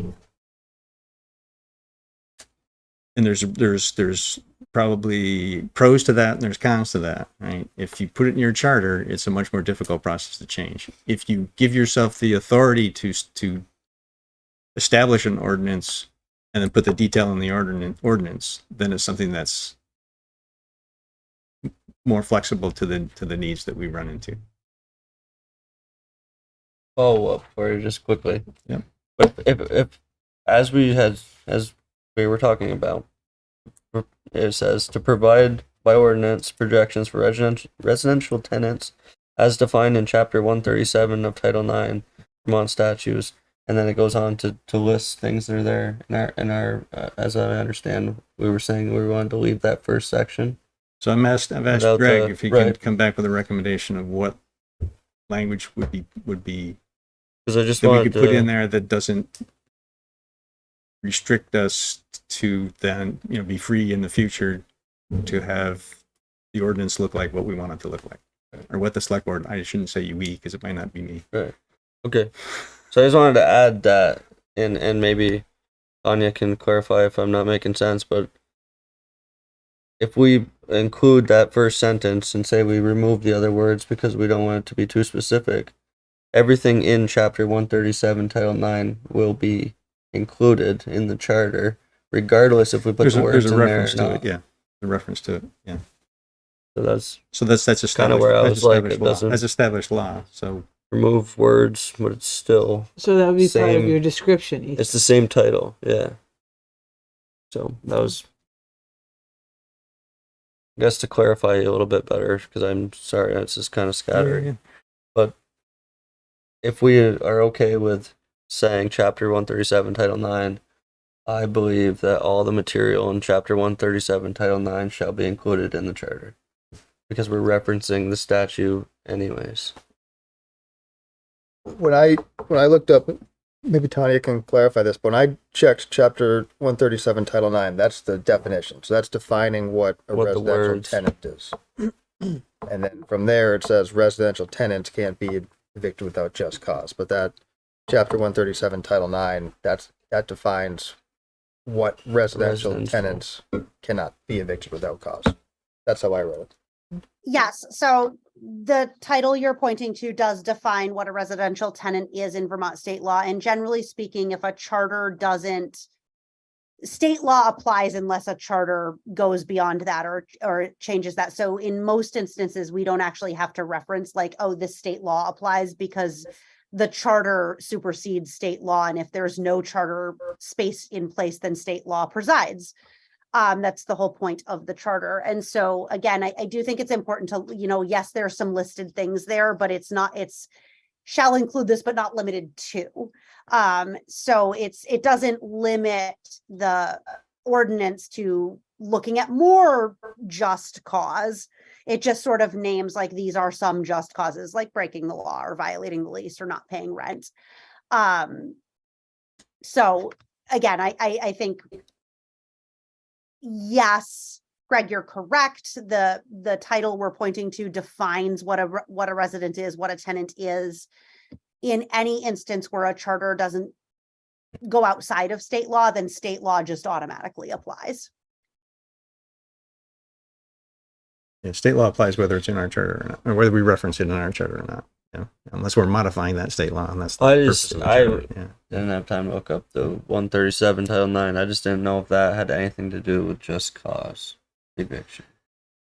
No, there's no just cause statute in state Or law. I didn't. Yeah, okay.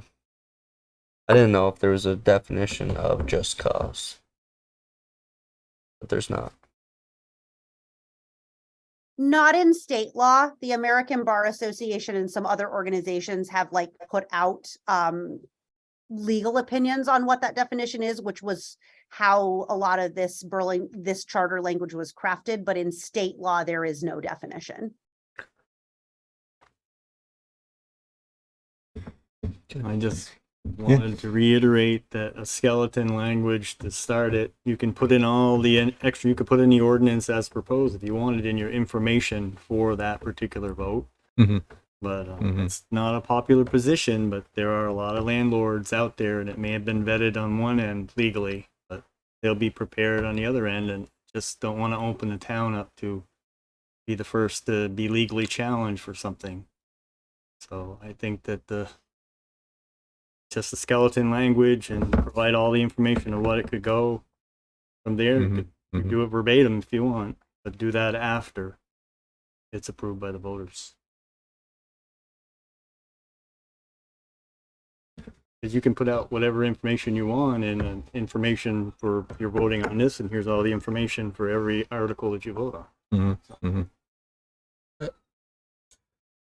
I guess I just don't understand how we give them something to vote on that we don't tell them what it is. There's gonna be a description of what it is, Ethan. Okay.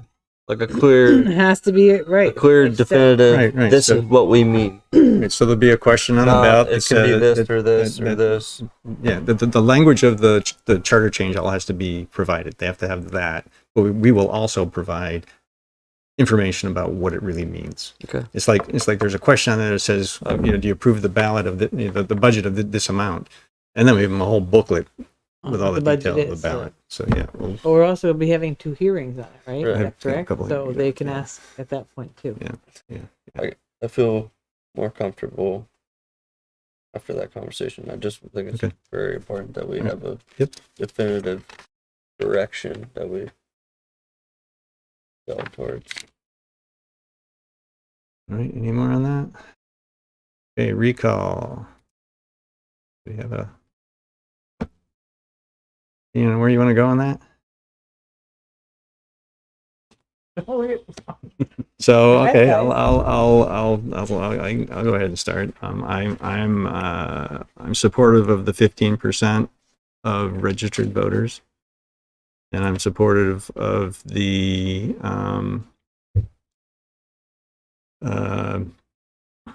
need to have at least as many voters as voted in the original election because I think you need to have the same number, at least the same number of people voting somebody out as voting them in.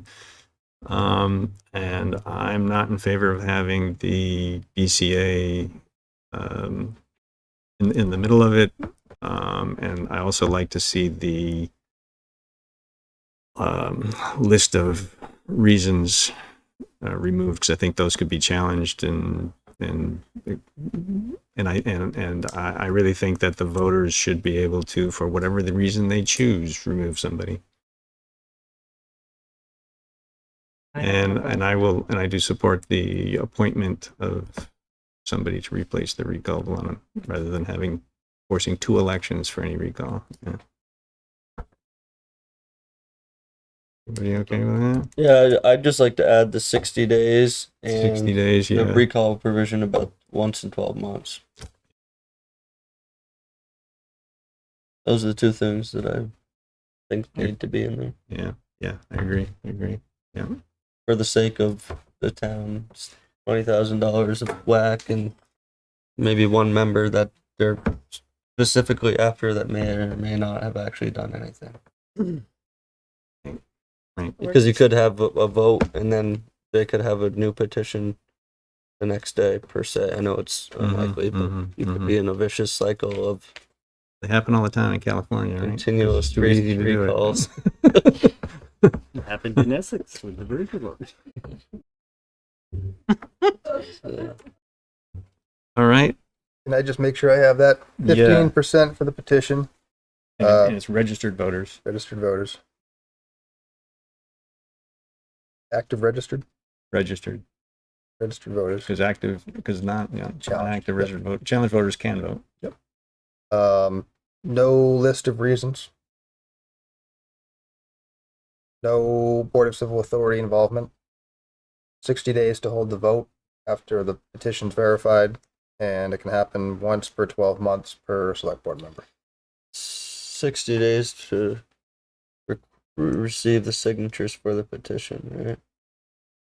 Oh, that's right. That's a good clarification to make. Which 60 days are you talking about? So, Well, that's what I mean. Don't we have a 60 date days on a after the petition right now? presentation of the petition, because the town clerk needs to have time to verify the signature. Right. So we need, yeah.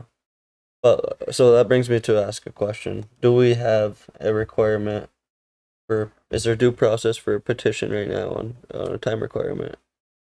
so To you're start and finish the so you petition? mean you're talking about the collection of the signatures? Yeah. No, we don't. No, that We could don't. go No. however long it takes them. No, I thought you were talking about once the Well, it's that was- certified, when do Yeah, we have that to have too. the election? That too. Right. Yeah, that was the 60 days I thought you were talking about. Right. But you want to limit. I don't know. I was when he said that clarification, I was Yeah, like, yeah. I forgot there was So- 2 parts to Well, that. I mean, yeah. can't explain how long it takes to collect signatures from rural Essex, so I wouldn't. It may take. That's that long. why I was just curious That's why you if we said- had any other provision We for don't. petition. Nope. Because if we did, I would expect it to be the same. But if we don't, then I'd also expect it to be the same. Yeah, there is none. No, there's none. You can take all the time you want to collect the signatures. Good point, Greg. Thanks for asking. Okay, let's move. And then we leave in the ability of the select board, or the language about following law for replacing the person, which is our charter. So, okay. Yep. All right. Phew. DRB. Again, I'll start, I guess. I'm in support of, in the section that gives the select board the authority to appoint a zoning review board, add the phrase or DRB. I mean, planning or zone? Wait a minute, planning and DRB versus. No, it's zoning or, so that's the situation, right? You have a planning commission in both scenarios. Right. Our charter currently allows us, yes, it did turn the heat up a bit when I came in. The charter now allows us to have a ZRB. ZB, what is it? ZBA? It's a zoning board. Zoning right, board? authority, Yeah. So if you put or DB, design review board, we can do either. And I fully support if it's something that and Yeah, I should have kept that list of 40 things that we had that we asked town staff to do. have it. And We've done a fair amount. we have, yeah. Yeah, if it needs to be our priority to make it happen, and I understand we've been talking, it's been talked about for a long time, but, and as Greg said, there was context there that it was TGIA was 2016. Yeah. At least. And I can support the suggestion of changing the 5 to the 7. Or Yes, or maybe. leaving it out because statute allows I've just said. The state The lets you allows you to have 5 to 9. Right. 5 to And the 9. select board Yeah. can choose anywhere within 5 to 9, depending on the needs of the town. That it might change depending on the needs, the population, the desires. Whereas if it says 5, it has to be 5 and only 5. which makes quorum 3. Okay, I get that. But I do think it should be, I don't know, I have mixed feelings about the separation. When I originally thought about it, I thought they should be 2 separate entities. But I also understand the need to communicate between the 2 committees. And staff would have a big part of that. It's going to be the same community development staff supporting Right. both boards, but it could be one extra layer if you have members who serve on both. Not saying that they will or that it'll be required, but leaving open that possibility. But that would be open Yeah. after they pass the forming a DRB then, right? I mean, you don't have to, where we put the number in, that doesn't necessarily mean that's what would end up that way if we just leave it as creation of a DRB. Right? I mean, if we were specific, we could actually take that part out, is what I'm saying. The number of members. Yeah. I'm pretty Yeah, sure, wasn't it? Yeah. Yeah, but I mean, recommendation from staff, from the town attorney, That changed. just yeah. defer to statute. And statute says it can be Okay. anywhere from 5 to 9. And then when you create the development review board, you can choose. The planning commission right now is 7, but there's nothing to say at some point you could move them up to 9 or down to 5 or And the select board can decide to separate to make them incompatible offices. Doesn't have to be in the charter to do that. Okay. I've been reading this statute all night because I Googled it earlier, but it does say not fewer than 3 nor more than 9 persons. Not fewer than 3. Can be as low as 3. There's some other stuff in here, but I'll save that for another day. As long as we get to have the creation of a DRB on the ballot. Okay. No, I think staff nailed the recommendation perfectly and I support. All right, so we need to, at our next meeting, January 3rd, finalize the language. We did ask staff to come back with some language proposal for just cause. And then, so we need for next meeting, yeah, well, and then some of those propose other, propose some. clean out some of those others, All right, Okay. all right.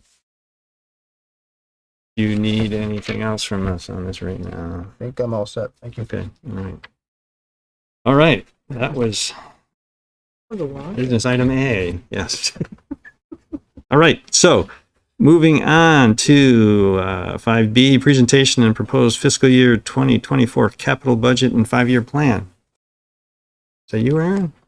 Aaron and This is Dan Dan. are both working on this, and Catherine, I believe, is still online. She is. I'll kick it off, but yeah. So each year, staff presents the select board and the community with a capital budget for the upcoming fiscal year and a 5-year plan. Largely, it has lived with Dennis in the past. Sarah Macy also got quite involved in the past few years, and now neither one of them are really here on a regular basis. Myself, Aaron, Dan, and Catherine we collected all the input from Lorraine? department heads. So we sent out to department heads, as we do every year, asking them for their capital request. We then had the task of sifting through all those, adjusting the capital plan. For us, I guess it was probably two main things we were trying to look at. One was just that Aaron and I in particular, we've been involved with the capital plan, but we haven't built it. We haven't taken the lead on it. Dan is fairly new to his position. Catherine's fairly new to her position. So we kind of had 4 new sets of eyes on this thing, and we're trying to take a look at it, understand what's been done in the past, understand how it's been built and presented in the past, so that we can then, take it forward. So I'd say we don't really have any huge changes to the plan itself, but we spent a lot of time trying to make sure we understand what's there. So Andy, you've talked before, back to the select board's list of goals, one of the things that the select board had identified is really having a more fleshed out 5-year plan. We've started to try to do that, but we're not fully there yet. I think that's part of the time consuming process of just making sure we understand it. Attached in the packet here, there's the Public Works Vehicle Replacement Plan. There's the Fire Vehicle Replacement Plan. Parks and Rec has an asset replacement plan. So we're trying to look at those, and we haven't completely matched them up yet, but that's part of where we're trying to go. So making sure we have a good comprehensive plan in place is part of what we're trying to get started at and can keep working at. The other big challenge we had is that we're losing about $200,000 worth of capital revenue. So that's with the loss of, go ahead. I was just going to ask a question about that. Yep. If we approve or a vote is put forward to increase the capital on this coming town meeting, Mhm. you would not lose any capital funding, right? Because that would go into effect July 1st. Depends how it's proposed, but if yeah, I'll touch on that. I'll come back to that. Thank you. So we came at it, and we know that we're going to have a 2-cent capital tax that's been in place. We can bank on that. That's going to generate about $322,000 based on the projected grand list. That's what we went off of. That's the money that we tried to assign and tried to build out the capital budget. We can get through this year with that. We can do that. We different examples we went through, and we found some areas requests like the highway, the parks maintenance garage. There was a request submitted to do some energy efficiency upgrades to the garage for a few $1,000s. There's also a energy efficiency line that we fund every single year. That's been funded at a few $1,000s each year. We took a look at that. There's some money in that energy efficiency line, and we said we're going to not fund the parks maintenance request. We're going to not fully fund the energy efficiency request, but we're going to take some of the money that's in that energy efficiency line and apply it towards that capital project of improving the lighting and the efficiency at the parks garage. So that was one way to bring that money down to some extent. We did that in a few other instances. We pushed off on some of the stormwater replacement, some of the road maintenance. In some cases, and including those areas, we're going to draw down the undesignated capital. So we can only do that for so long, and then undesignated is going to be gone. So part of what we're going to present to you and what's being presented and requested here is to how do we get that additional funding. We would need to raise the capital tax to about 3.4 cents to replenish that $200,000 or so.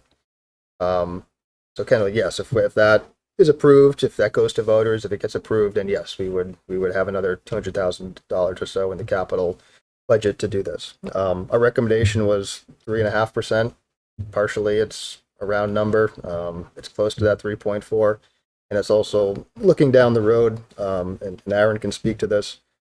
Stormwater alone and highway alone are basically $310,000 was the original request just for those 2 items. So just to keep up with those 2 items, we're going to need more. So giving that 3.5 cents as opposed to the 3.4 cents, it gets us that much closer to staying on top of those things. So as you've seen with the general fund budget, costs are increasing, inflation's going up every single year. That's our roads, our equipment, everything. So that's the reasoning behind that, to try to get ahead a little bit. we've talked a little bit in the past about should we update our vehicle replacement schedule. Right now, it's at 12 years for most of our vehicles. That's really getting towards the end of lifespan, and the last, year or two in particular, if not years 3, 4, at the end is when the vehicle starts to break down, see more maintenance. So we'd like to eventually shift gradually to a shorter replacement lifespan for these vehicles. That extra 0.1 cents will it would put us in that direction. So that's kind of the overview. Catherine, Dan, Aaron are all here. We can try to speak to it if there's more questions, but that's kind of where we were coming from and what we're presenting you with tonight. Kendall. Okay, my first question is the capital budget funded based on what is approved and in the budget, or is the money that is put in here based on what you need for all of your capital improvements? You know what I mean? Is it funded from the sense where, okay, you have 535,000, so you fit that into whatever you need to or can do with your capital? Mm-hmm. Or do you have the data that says we need this much money for our capital equipment? Yep. Trucks, culvert, stormwater, the whole 9 yards. I'm just curious. I'd say it's a bit of both, and Aaron might be able to speak to this as well as me. I think we've always known we've had that 530,000, so we try to assign it where we best need it. But we've also not done. We're kind of aware, and Dennis has done some work. Aaron's done some work of that's not enough. But we haven't, with everything else that we've had going on and other costs that we've been facing through merger and then separation, it was sort of a lower priority issue as to present a full-blown, here's what we really need. I think we're getting to that point pretty soon. We're not quite there right now, but we know that the 320 is not going to be enough going forward. I just wanted to bring that up because a lot of towns, they give a capital budget and say we have 80,000, and then the staff has to fit in, well, okay, where are our priorities? Mm-hmm. And I just, my personal feeling is I think Essex is kind of there, because since in a short time I've been here, you've had buildings that you've had to do emergency replacements, you've had lines, you've had trucks, vehicles, roads, there's a lot of things. So I was just curious that if your capital budget requires more, that should be the number that you base your capital budgeting on. And that can go up and down as you replace stuff, versus just saying, okay, you've got 500,000, do what you can with it to patch the holes. Yep. It's my 2 cents. I do have a reaction to that, but Aaron's got some stuff. I think on the capital plan, Kendall, we definitely try to identify projects that are needed within the community. And as Greg spoke, we try to rank them accordingly, which ones we have available funding. This year is that odd year where we're down a considerable amount of money. We had to adjust a lot of these specific projects and try to reassign funds to the ones that we felt were or took priority. A lot of those were some of the infrastructure projects. But yeah, is there a need for more funding for this? I think Greg gave the 3.5 cents is that would take us where we were, correct? Yep. Is there a need for more? And for what you're asking, I think that's where we want to go. And when I said, Dan, Aaron, Catherine, myself, we're trying to wrap our heads around it and figure out how it's been done in the past so that we can be confident how we want to do it in the future.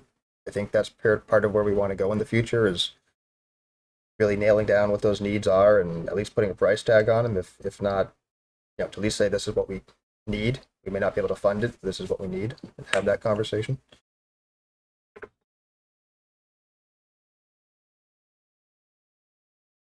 Yeah, Ethan. I have a question, suggestion, idea. Hear me out, right? But I lived in a previous town almost all my life.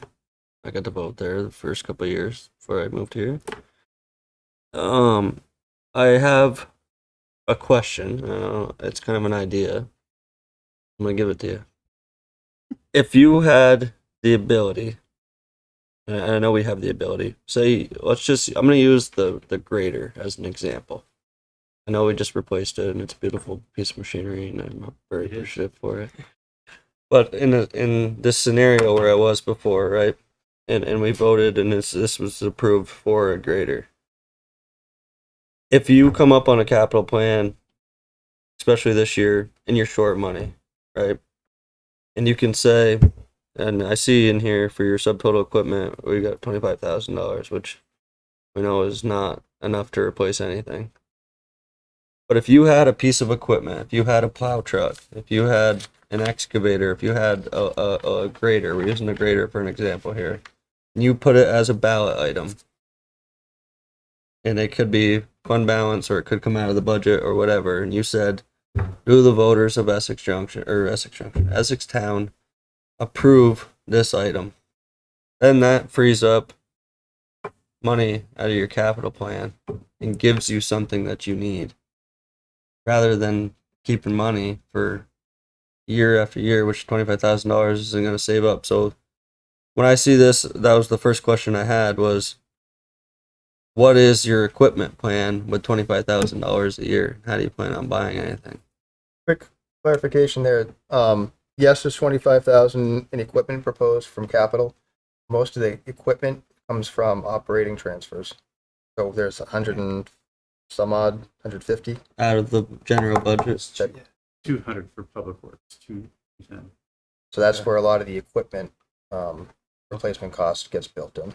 Mhm. But beyond, Makes me as feel far as a better. bond question, Because I was reading that, I was like, man, I hope he's No. counting for more than that. It just doesn't buy a truck. No, it doesn't buy Yeah, fuel yeah, for the yeah, truck. no, a lot of that comes out of the operating transfer, but then that's yeah. Okay.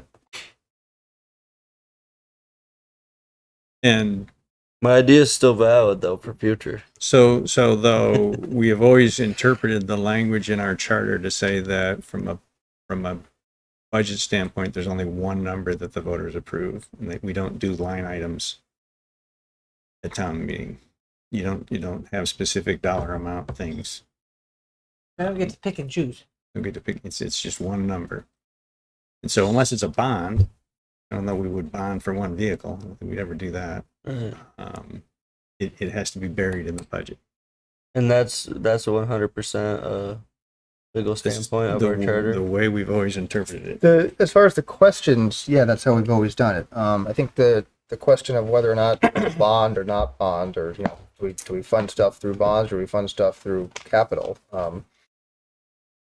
The questions come up. We've had conversations as staff before. I guess I'd say there's probably no right answer. Essex has tried to typically avoid bonding, except for the new police station, those big building type needs. Maybe Indian Brook, that was before my time. But so there's few and far between when we've gone out to bonds, and it's kind of a question of how much do you put on the current taxpayers versus future taxpayers? How much do you want to pay interest on something versus set money aside and collect interest on that, and be ready for when the need comes up? If you had to have a rolling replacement schedule and you're funding appropriately to have that vehicles, it's probably close to 6 of one, half dozen the other. You get a little bit into interest, earning interest versus paying interest, but you kind of have a consistent amount of money going towards these things. That's my managerial understanding, and there might be a different financial understanding or better explanation as bonding versus saving. No, I think that's pretty spot on, Greg. I mean, we're just trying to find ways to smooth out spending patterns from year to year so that we absorb these long-term costs, or whether it be vehicles or if it's replacing a building. Right. Yeah, I'm not talking about a bond. I mean, the specific question was, do the voters approve the purchase of a $250,000 loader at the time that it went through and it passed? Because, to your point, you want to avoid long-term cost. But at the same sense, if there's not enough money that's continually going in there, and we run a grader for about 7 years past its life expectancy, and we dump more money into it than it was to invest into a new one, we're losing money. So we can't continue to underfund. And this is, maybe I'm going off from the capital, but I believe this is capital to me. We can't continue to underfund, especially public works, especially equipment. I understand stormwater and things like that, but if you have a ditch that needs some gravel, it's not a piece of equipment that repairs the ditch that needs the gravel. So I just wanted to make sure that we were on track with equipment. It says in here there's an intent to go to a proposal to go to a 8-year life cycle, right? For Yeah, I'd say we're on track for that 12-year replacement schedule. But that wouldn't be for a road grader. I mean, the road grader was previously 27 years in the town's possession. I don't think it was that long. 24. Yeah, it The was, operator told me one day it at my house, and it was an old piece of iron, and it definitely saw better days. But and I think that's the point that Greg's trying to make, and we're trying to make is some of these timeframes need to be shrunk down a little Right. bit, because on those outer years they do get quite pricey, and it's a better savings for us, and it's a better use of taxpayers' money to shrink that time frame in which we use our vehicles, and you get more value out of them when you trade them in. Well, yeah, I right now we're on our current plan, 12 years for our trucks, but we would like to get that shrinking down quite a bit over the next few years, but that does take more money. You know, all this discussion shows me that staff and boards in Essex, you're 90% there. The only thing I think might be missing is that if you need more sometimes and you need less, there should be the option to ask for more and ask for less. Because once you get caught up to that point with capital where you don't have these, it will naturally come down, because everything will be, you'll be getting better values for your equipment, your pipes won't be breaking, stuff. So I would just urge the board to really consider this year, bite the bullet and fund the capital budget, what it needs for funding. You get your biggest bang out of your capital.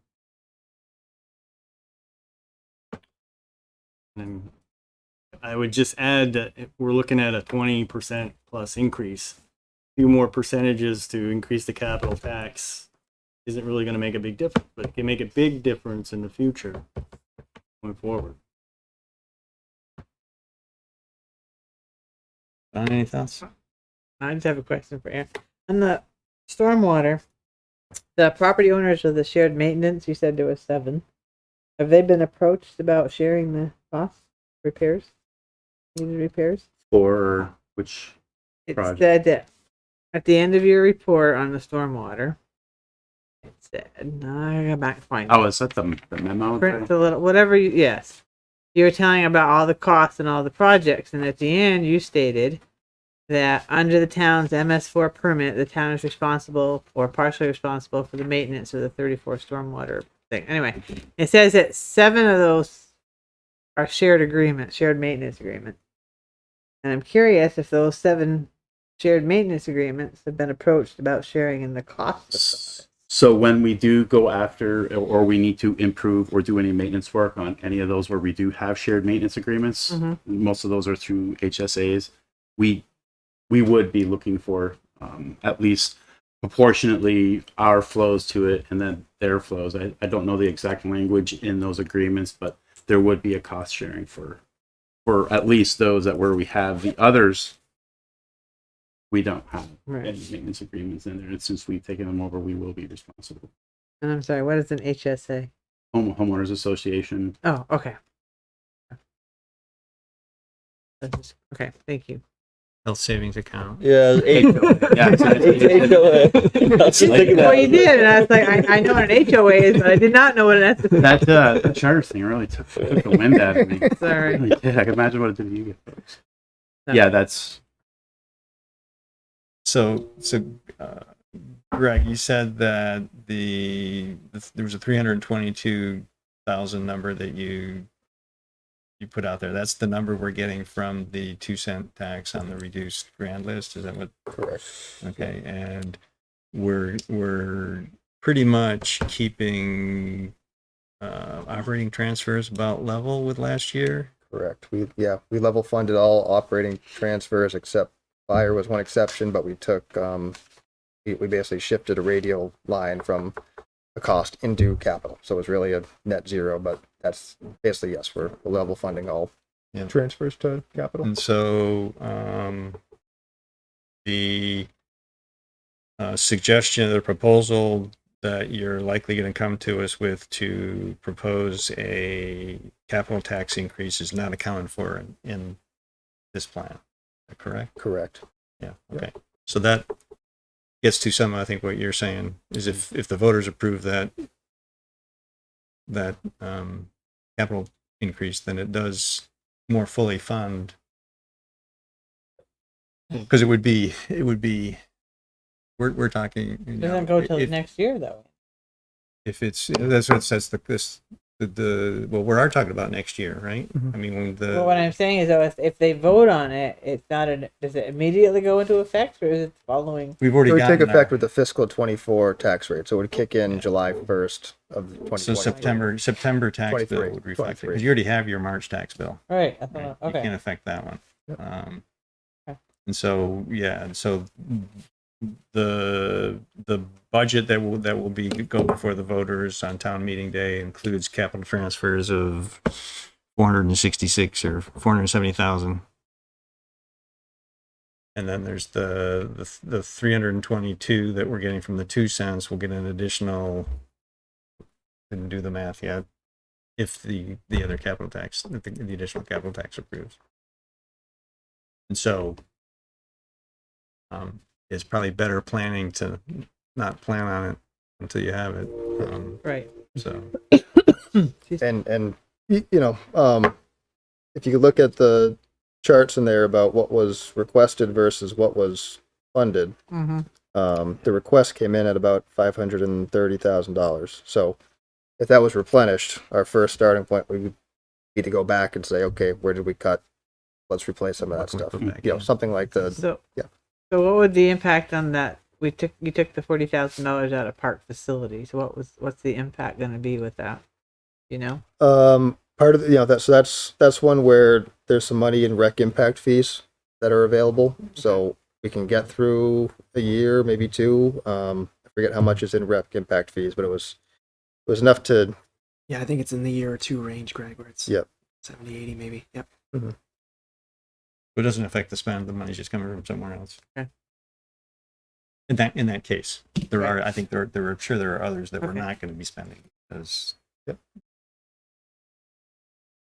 Wait, I have a question. We have a 2-cent tax rate. If you propose more than that and it doesn't pass, you still have the 2 cents, right? yes. So there's no downside to asking for more than your bare bones, just what we need, what we have.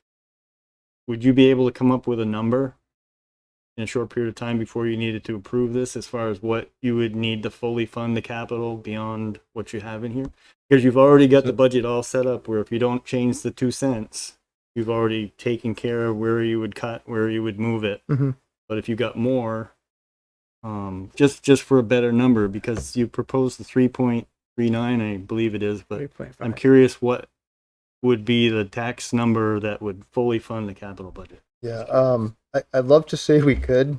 I think to really do due diligence and take that public works replacement schedule, take that fire replacement schedule, take that park assets replacement schedule, the IT one, and to put it in, Aaron and Andy, you're going to be talking about stormwater, looking ahead towards stormwater, which is doing analysis of our systems, figuring out some of the state requirements coming down for phosphorus. I don't know that we're going to get you an accurate number in the next 3 to 4 weeks. Okay. And feel free to disagree with me if you One thing to keep in mind is that we've got a reassessment Yeah. starting.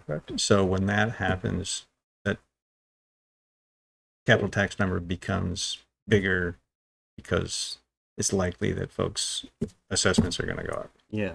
And So if you had the number though, what you actually needed, you would be able to reduce that. I mean, if it went up beyond what you needed for your capital, you could always reduce the capital tax.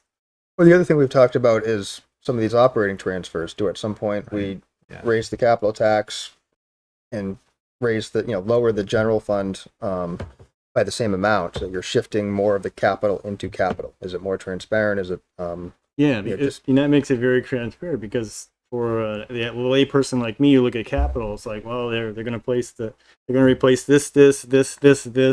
But then when you look at it, it's like, well, they didn't replace these because they had this went and we didn't have the money to do that. So now these are out and now you've got a grader that's 15 years old and It's brand new. or, you know, Mm-hmm. so I'm just saying that if you had that, you could raise that capital tax needed up and down as an item at town meeting. If you didn't need the 4 cents, you only needed 3 cents to fully fund your capital, you could reduce it to 3 cents. Mhm. Just a thought. Yeah. Ethan. I just have a question, but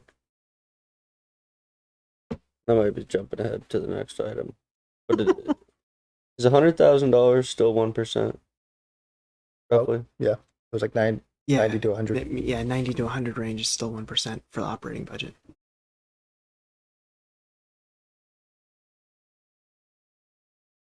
I guess I have to save it for the next item.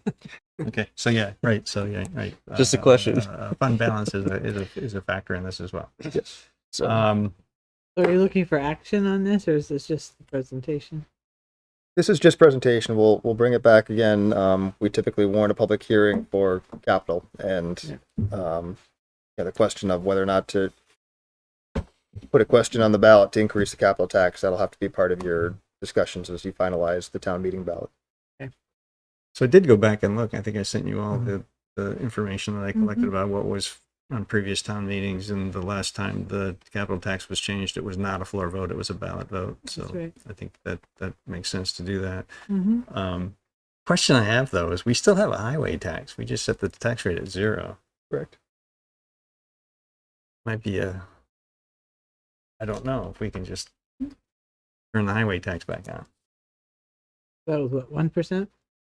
It was 8%. 8%. And we traded a lot of it away during consolidation. Right. We were talking, and you know, as we got closer and closer to merger, it went to 0. Mm-hmm. And I think perhaps we could justify bringing it back by the fact that all those things that went into merger are gone now, and we still have a need. We essentially could say we still have a need for a highway tax, which doesn't require a vote. We just set the rate where it's needed, which might be may not be, maybe frowned upon by And some then the people. highway way to tax do it. is used for public works, for road repairs, and I never understood it truthfully. And we had it, but I'm not sure what it all went towards. Towards public works budget, road repair. What does it go towards? I believe it did. Yeah. Yeah. I'm not too up on the highway tax.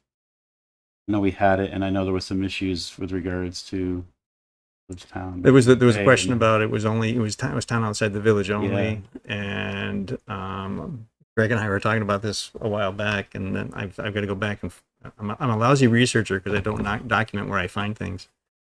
But it's my understanding from what I've been able to collect that in 1917, the legislature established a highway district in the village, which de facto established a highway district outside the village. And that's what gave us the authority to have a town outside the village only highway tax. And it has, if you look at the history of it, it's gone from 1 cent to 2 cents to 5 cents to 8 cents to 16 to 32. I think it was as high as 32 cents at one point, maybe not 32. It's at least 16 cents for a while. they had a new grader back then. And so there you go. That must be when I paid Sand Hill. It's been all over the place. It was a horse and and a most plow, recently but- it was at 8%, and then we traded it when the village highway budget was added into the town budget.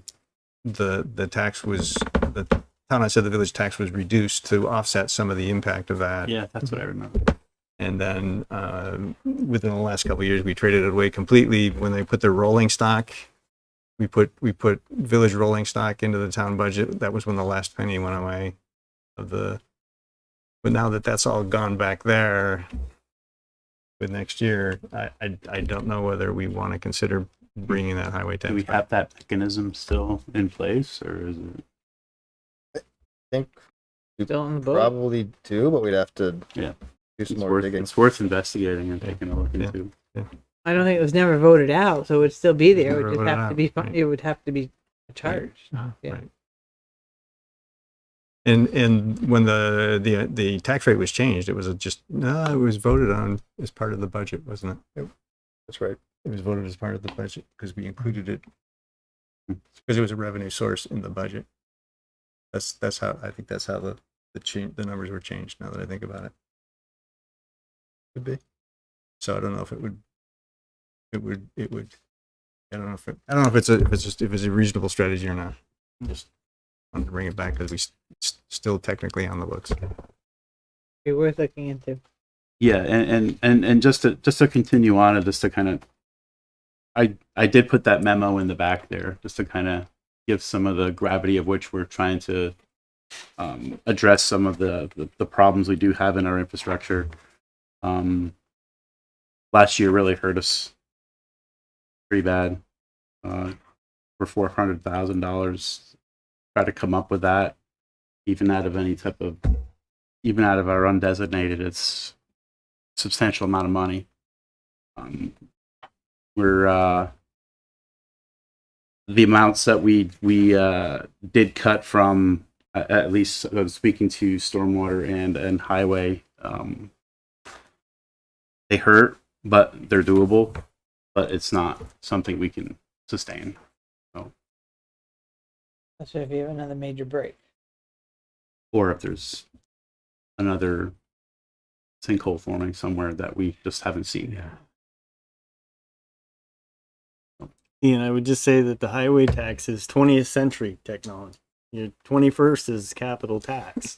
Yeah. And that's basically trying to do what they needed in highway, and you obviously increased it and stuff.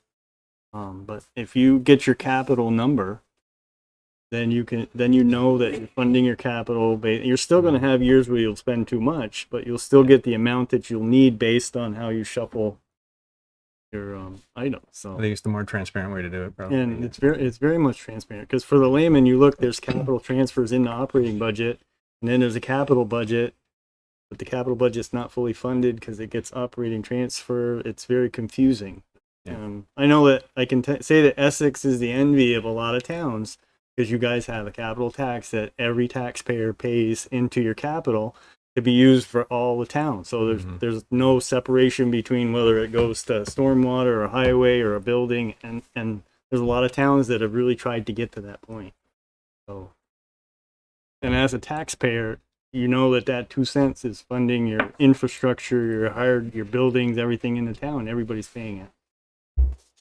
And everything costs 1% more if you run it through the general fund, because we add 1% for the human services funding. So any of those capital transfers cost 1% more because of the bogey we had, the 1% we had for the human services. And the human services is great. It is. Yeah, I'm not saying it's a bad thing, but it's a reality that if there's $470,000 of capital transfers in our coming budget, then $4,700 is added to that. Yeah. That we can give away. So it costs 1% more. And I would say the one exception to that should be the police, which we should keep in the police budget so that we can properly account for that cost sharing with Essex Junction. Yeah, because you have a special deal for them. But for everything else, all your buildings, your IT, the highway equipment, stormwater especially, I mean, if you have, and that makes it very easy for the taxpayer to look, say, oh, you've got your capital plan says this year you need $690,000, so your capital tax is 0.382. Mm-hmm. And this year we didn't have a bunch. We saved some money. We didn't have to spend a lot. Our balance is where we want it. We'll set it at 2 cents this year. It'll flex just like your highway tax. I think your highway tax kind of went up and just stayed up. It stayed at 8 cents for a long time, and then we whittled it away down to zero. Yeah. It didn't move around. And that's for just highway though, right? I mean, it's specific for highway. All right, anything else? Need anything else from you? Anything? It's just informational. Thank you. Thank you. Awesome. And thank you for all your hard work. Yeah. Is it a hand up? No, I was just gonna tell him he could stay for the next item if you want. So, okay, we'll move on to You guys are tearing the, me up. The 5D, the general fund balance. So we'd hoped to make some recommendations for you, but the audit didn't come in until, well, we got the draft version on just this past Thursday. So Dan and I wanted to spend some more time really digesting that and making sure we had a grasp on it before we came forward with specific recommendations. We can have that by January 3rd. I think we're in much better shape today than we were on Friday as we were putting the packet together. Yes. Yeah. But did want to keep it on the packet, just kind of give you our preliminary thoughts, which are to take the fund balance and that we think we're gonna have, confident that we do have, and apply it to two main areas, which are reducing future tax rates. We already have some money set aside to reduce future tax rates. We'd like to keep doing that, and capital needs is the other big one. We just had that conversation. That's probably partially where you were going, Ethan. A couple other ones that we came up with talking that did not make it in the memo. The fire department had an instance where they bought a bunch of equipment towards the end of the fiscal year. It didn't get delivered until this fiscal year, and best accounting practices, you want to bill it to the year that it's received, not the year that it's ordered. So that they don't take a big hit to their budget this year, we'd like to assign some money there. It's about $47,000. $1,000. And then there's some other money. We have a health and wellness account that each employee has access to a little bit of funding, a few $100s each year. If that doesn't get spent by individual employees, we're proposing taking that, which is another $4,000 or $5,000. Yeah, $4,800. And using it towards organizational health and wellness events. So that's been everything from financial literacy in the past to we used to bring in somebody from the LCT to do some health screening, so something like along those lines. But those are the two big ones: are tax reduction and capital. What happened to the money that was initially set aside for the radios or equipment, or whatever it was? I'm saying they ordered it, they had the money then. It went into it didn't get spent, so it basically it's savings. Yeah. And so rather than making them spend that money now and either go over budget or have to defer another year on another equipment, this is kind of they budget each year to buy some uniforms, buy some radios. Right. No. Yeah, I understand. So we'd like to take the money they saved that they didn't spend last year and apply it towards that purchase. Okay. Yeah. Okay. Got it. Okay. Yes, sir. I have an idea. Oh no. Be mad at me, but I think we should put $100,000 in the public works capital transfer. Because if we're down $200,000 and we have a year like this year, we're gonna be down $400,000 next year. Am I wrong about that? If things continue to happen the way that they're happening at the rate that they are right now, how bad of a position will we be in next year on the public works standpoint for storm? Ethan, I don't Equipment. have a good answer for you. I would like to think nothing is going to break or fail next year or this year. I'd like to have, and that would be the perfect year for me. But that's not reality at times. It's quite honestly, at the memo I put we had two big ones last year, but I also wanted to point out we had a lot of small ones. Right. The 25,000, the 30,000, the 40,000 that really eat up our operating budget.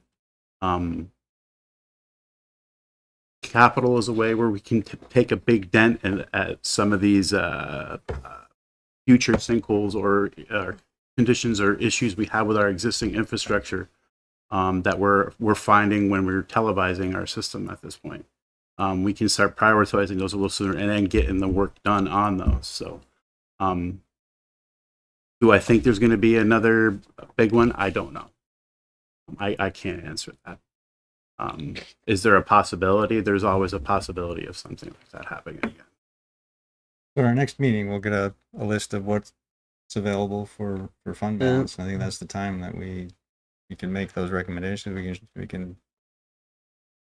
Yeah, and I would contend that, rather than saying 100,000 to public works, 50,000 here, it could be one number just saying we're going to set aside fund balance and use it for capital transfer. Maybe it's 250K, maybe it's 300K. Right. something at your discretion. So along with what you already have listed out, we could say an additional amount. Right. Yeah, I think part of what we'll discuss and what you'll have the decision on is, out of that chunk of money, do we put it all into undesignated capital? And therefore, as needs arise over the course of the year, we can pull from that. We can replenish some of the undesignated we know we're going to dip into. Right. Or does it make more sense to say this is going to be for stormwater? This is going to be for vehicle replacements. I think that's part of what we'll be talking about, presenting to you. Yeah, I mean, my biggest concern is last year was 400,000, and I imagine we're over 100 this year, probably in the blink of an eye, right? For 23. Those two alone had to. Well, those were sewer Sewer. that came out of our enterprise fund. So yeah, but It was out of the water capital.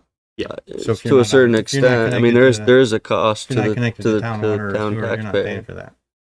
If it's fully 100% funded, what's that? there was no 1 penny spent by the town on any of those. The water rates. The water and sewer. Cover that fully. Yeah. That's good. You're welcome. Yeah, hey, my well failed and it was $12,000 out of my pocket the next day. So, Just note that there's But- whole residents and I do say thank you, Don, because that's a common misconstrued argument. Because my kids go to public school, and the firefighters take water from those hydrants, and I use restrooms in this building and at many other places. So I want to just throw that out there that we all be thankful for the water sewer department. We do, Us right? There was Don had a non-taxpayers. question about the the checkboard. I did. Yeah. I didn't understand, but now I do. So I'm good. So yeah, this part of our general fund accounts for buildings, we pay for water and sewer. Yep. So yep. We're our own customers. Yeah. I didn't know that until I saw the warrant. I go, Tri-City. What's that? Isn't it like a Tri-City that owns the water sewer? Tri-Town. So Tri-Town. so Essex Junction owns the plant. Williston, City. Essex Junction, and Essex all have city. We all Sure. are involved with it to Yeah. some extent. And somebody else's name completely is on the bond, right? Bradford or something. Bradford. Yeah. Oh, really? Just picked up a leftover bond that already had a name on it. It's weird. That was odd. All right. Anything else? Was that fund balance where we just did? Yep. All right. So now we're moving on to D, general fund budget work session. Minor updates from our last meeting. Let's see. Looking at the memo, Dan, Travis, who's the HR director, and I met with Passive about a week and a half ago. No real changes to the budget. It was very helpful in understanding how they set those credits, how they come up with those each year, but we still don't think we should budget any differently. It fluctuates year to year. There's not really a pattern to it. Capital we just discussed. Personnel, Travis updated. We'd filled some positions since we first presented the budget, so we have a better sense of what they're going to be. The wages and the benefits are going to come in at next year. It had a minor impact to the budget, but those changes were made. I think it dropped it down by about 1/10 of a percentage point. Yeah. So small, but something. Ethan and I have a meeting tomorrow about Essex Rescue with some of the other service towns, trying to come up with a response there. Senior vans, still no word from Essex Junction as to whether or not they want to continue that. At this point, I would say let's just move forward with the expectation that it doesn't happen. I guess we have another month or so. If something does change, if we do hear something, we can adjust it that way. But at this point, I would just say let's stop waiting and move forward on that. And fund balance we just talked about. We'll have some more recommendations and thoughts on that for January 3rd. Did we find out about insurance in the tree farm? Yeah, so the tree farm situation, oh boy. Yeah. So you have to think about it a little bit. So we're tenants in common. So it's a shared responsibility. I don't remember them saying whether it was specifically on a certain amount of land, like the tenant in common relationship just takes charge over it. The dollar amount I don't remember being significant for that coverage that we're sharing. That was my concern about. Well, But is the town currently paying the full fare for it? No, No, it is. no, right? I don't think it is. No. Yeah, Okay, we're so we're it's divided. paying. Yeah, Okay, so it's shared. It's a shared cost as well. correct. Okay, And it's okay. it's minor because it's basically just on land at that point. Yeah, But okay. yeah. and how do we, without hearing about the Essex rescue situation, how can we warn an amount? And we don't know what we're doing with fund balance yet either. So I think Right. I don't think the next two agenda items we won't move forward on. Is that the intent? Yeah, we put it on there. If you wanted to, you can. But at this point, we have still a few questions. As far as, we'll have the meeting tomorrow before I say anything about Essex Rescue. Yeah. So currently we're at 22.5% Yes. tax rate increase as the current things are currently proposed. Right, so that settles E and F. We moved the CUD. Thank you guys. Thank you so much. Thank you very Before you do CUD, I found my answer to the tree farm in my notes. So basically, they don't look at the split of the town versus the city because it all is that tenants in common. But they use base expenditures for their rating, whatever that means. But today they look at it and then they come up with a standard of what it should be. At the end of the day, it's $60 a year towards $60. Okay. covering the tree. Okay, that's fine. You use Too split much. the premiums to each department and buildings wherever it goes, the insurance premiums. Sorry, say that. You have the insurance premium all split out so that you know what everywhere, what goes to public works, what goes to. Finance pays the entire insurance apart from workers' comp. We split out workers' comp for fire and police. All other insurance is processed through finance. We do have the schedule of what each building is and those types of things, but it's all paid through the finance department. Okay. And they give you the opportunity to go through there and look at everything that you have that they're insuring. Yep. Because there have been discrepancies found occasionally. A building that maybe isn't there, or a piece of equipment that was sold or something. I'm sure you're on top of that. Yeah. I just would mention that. Dan asked a lot of questions ahead of time and they answered them all. I think it's worth. Yeah, we go through the annual process. So in November, we submitted our updated lists. So that's the process for them to assess, our bill in comparison with other municipalities.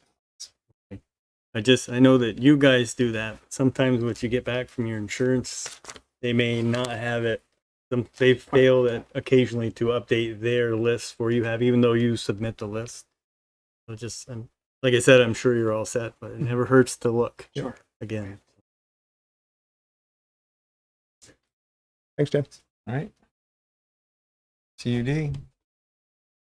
Okay, so there was a recommendation from staff that we appoint Marguerite as the representative to the Communications Union District. Greg is actually very busy. Is there anybody on the board who would like to be the Communications Union District rep? I'll give you a clue that I might raise my hand on this one, but I'll defer if somebody else really wants to do it.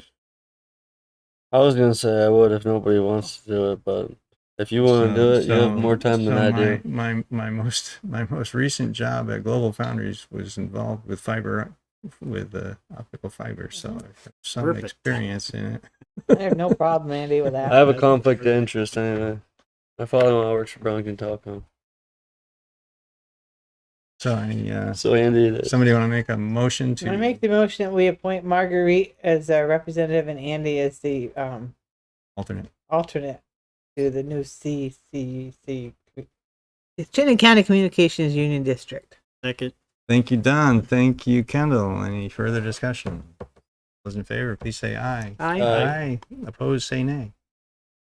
Okay, motion passes 4-0. All right, first meeting is next week, or no, the January 5th, I January believe. 5th, and Mary's not back by then, right? Probably not. Okay, so I guess I might be on. All right,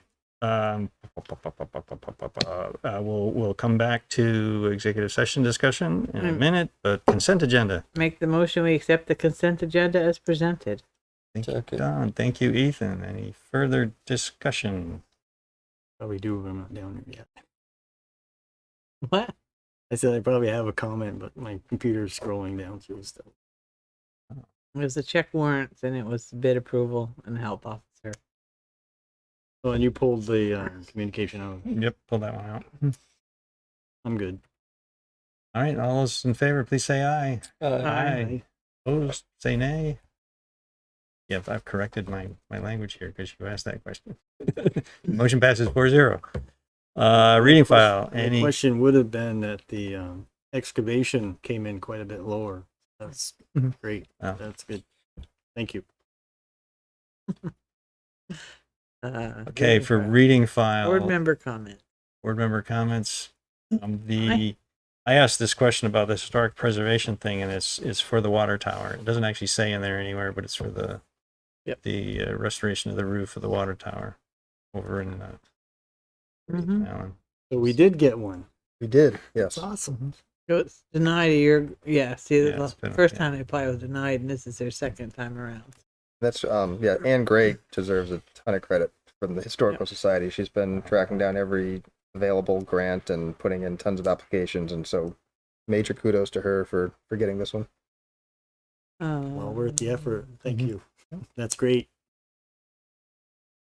Any other comments? I have comment. I would really like to thank all the town's staff and employees and wish them a Merry Christmas and Happy New Year and thank them for their hard work this year. On behalf of those employees, thank you, and back at you. Ethan. I like that, Don. Thank you for saying that.